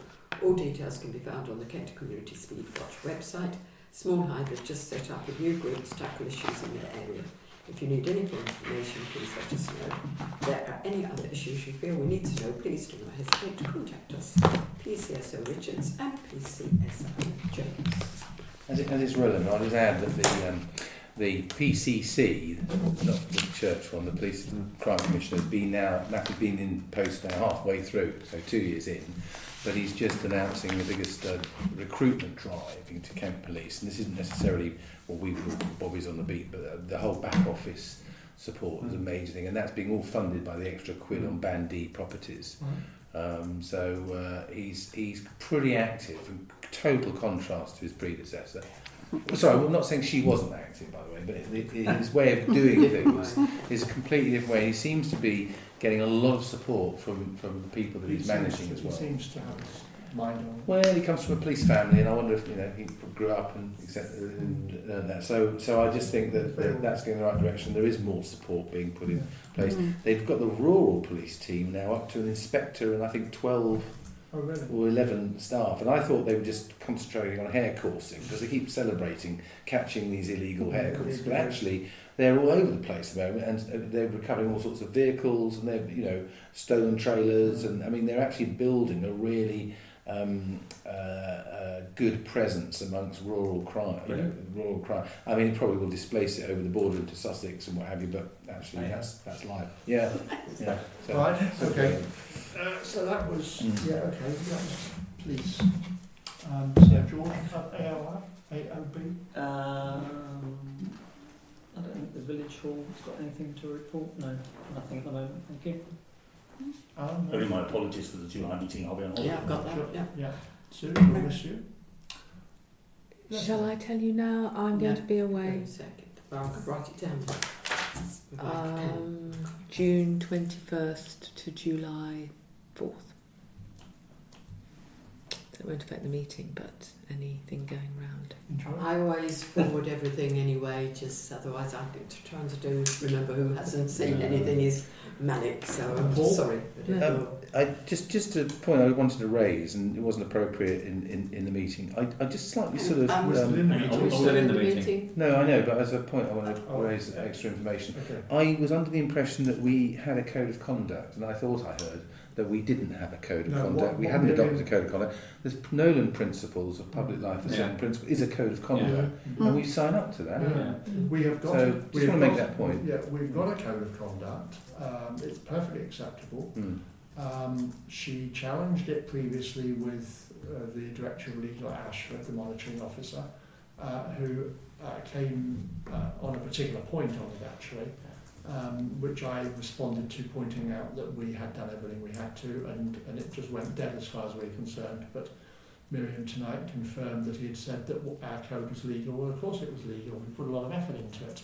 But she stated that this What parish she said- council hadn't adopted a code of conduct. She actually said hadn't adopted the Kent Code of Conduct. Okay, right. The Kent Code of Conduct. But a great is- example of misinformation, because anyone sitting in the room that would have thought, The Kent Code of Conduct is the one that first came to us, which we were asked to do about the same time as the rubbish declaration form, which I savaged because it was all completely inconsistent. And that code was a sort of hacked version of the previous one under the days of the old Standards Board and all the rest of it. And it was all to do with talking nicely to everybody and who could complain and who could this and who could that. And it seemed to me at the time that it was a recipe for grief, and we know why.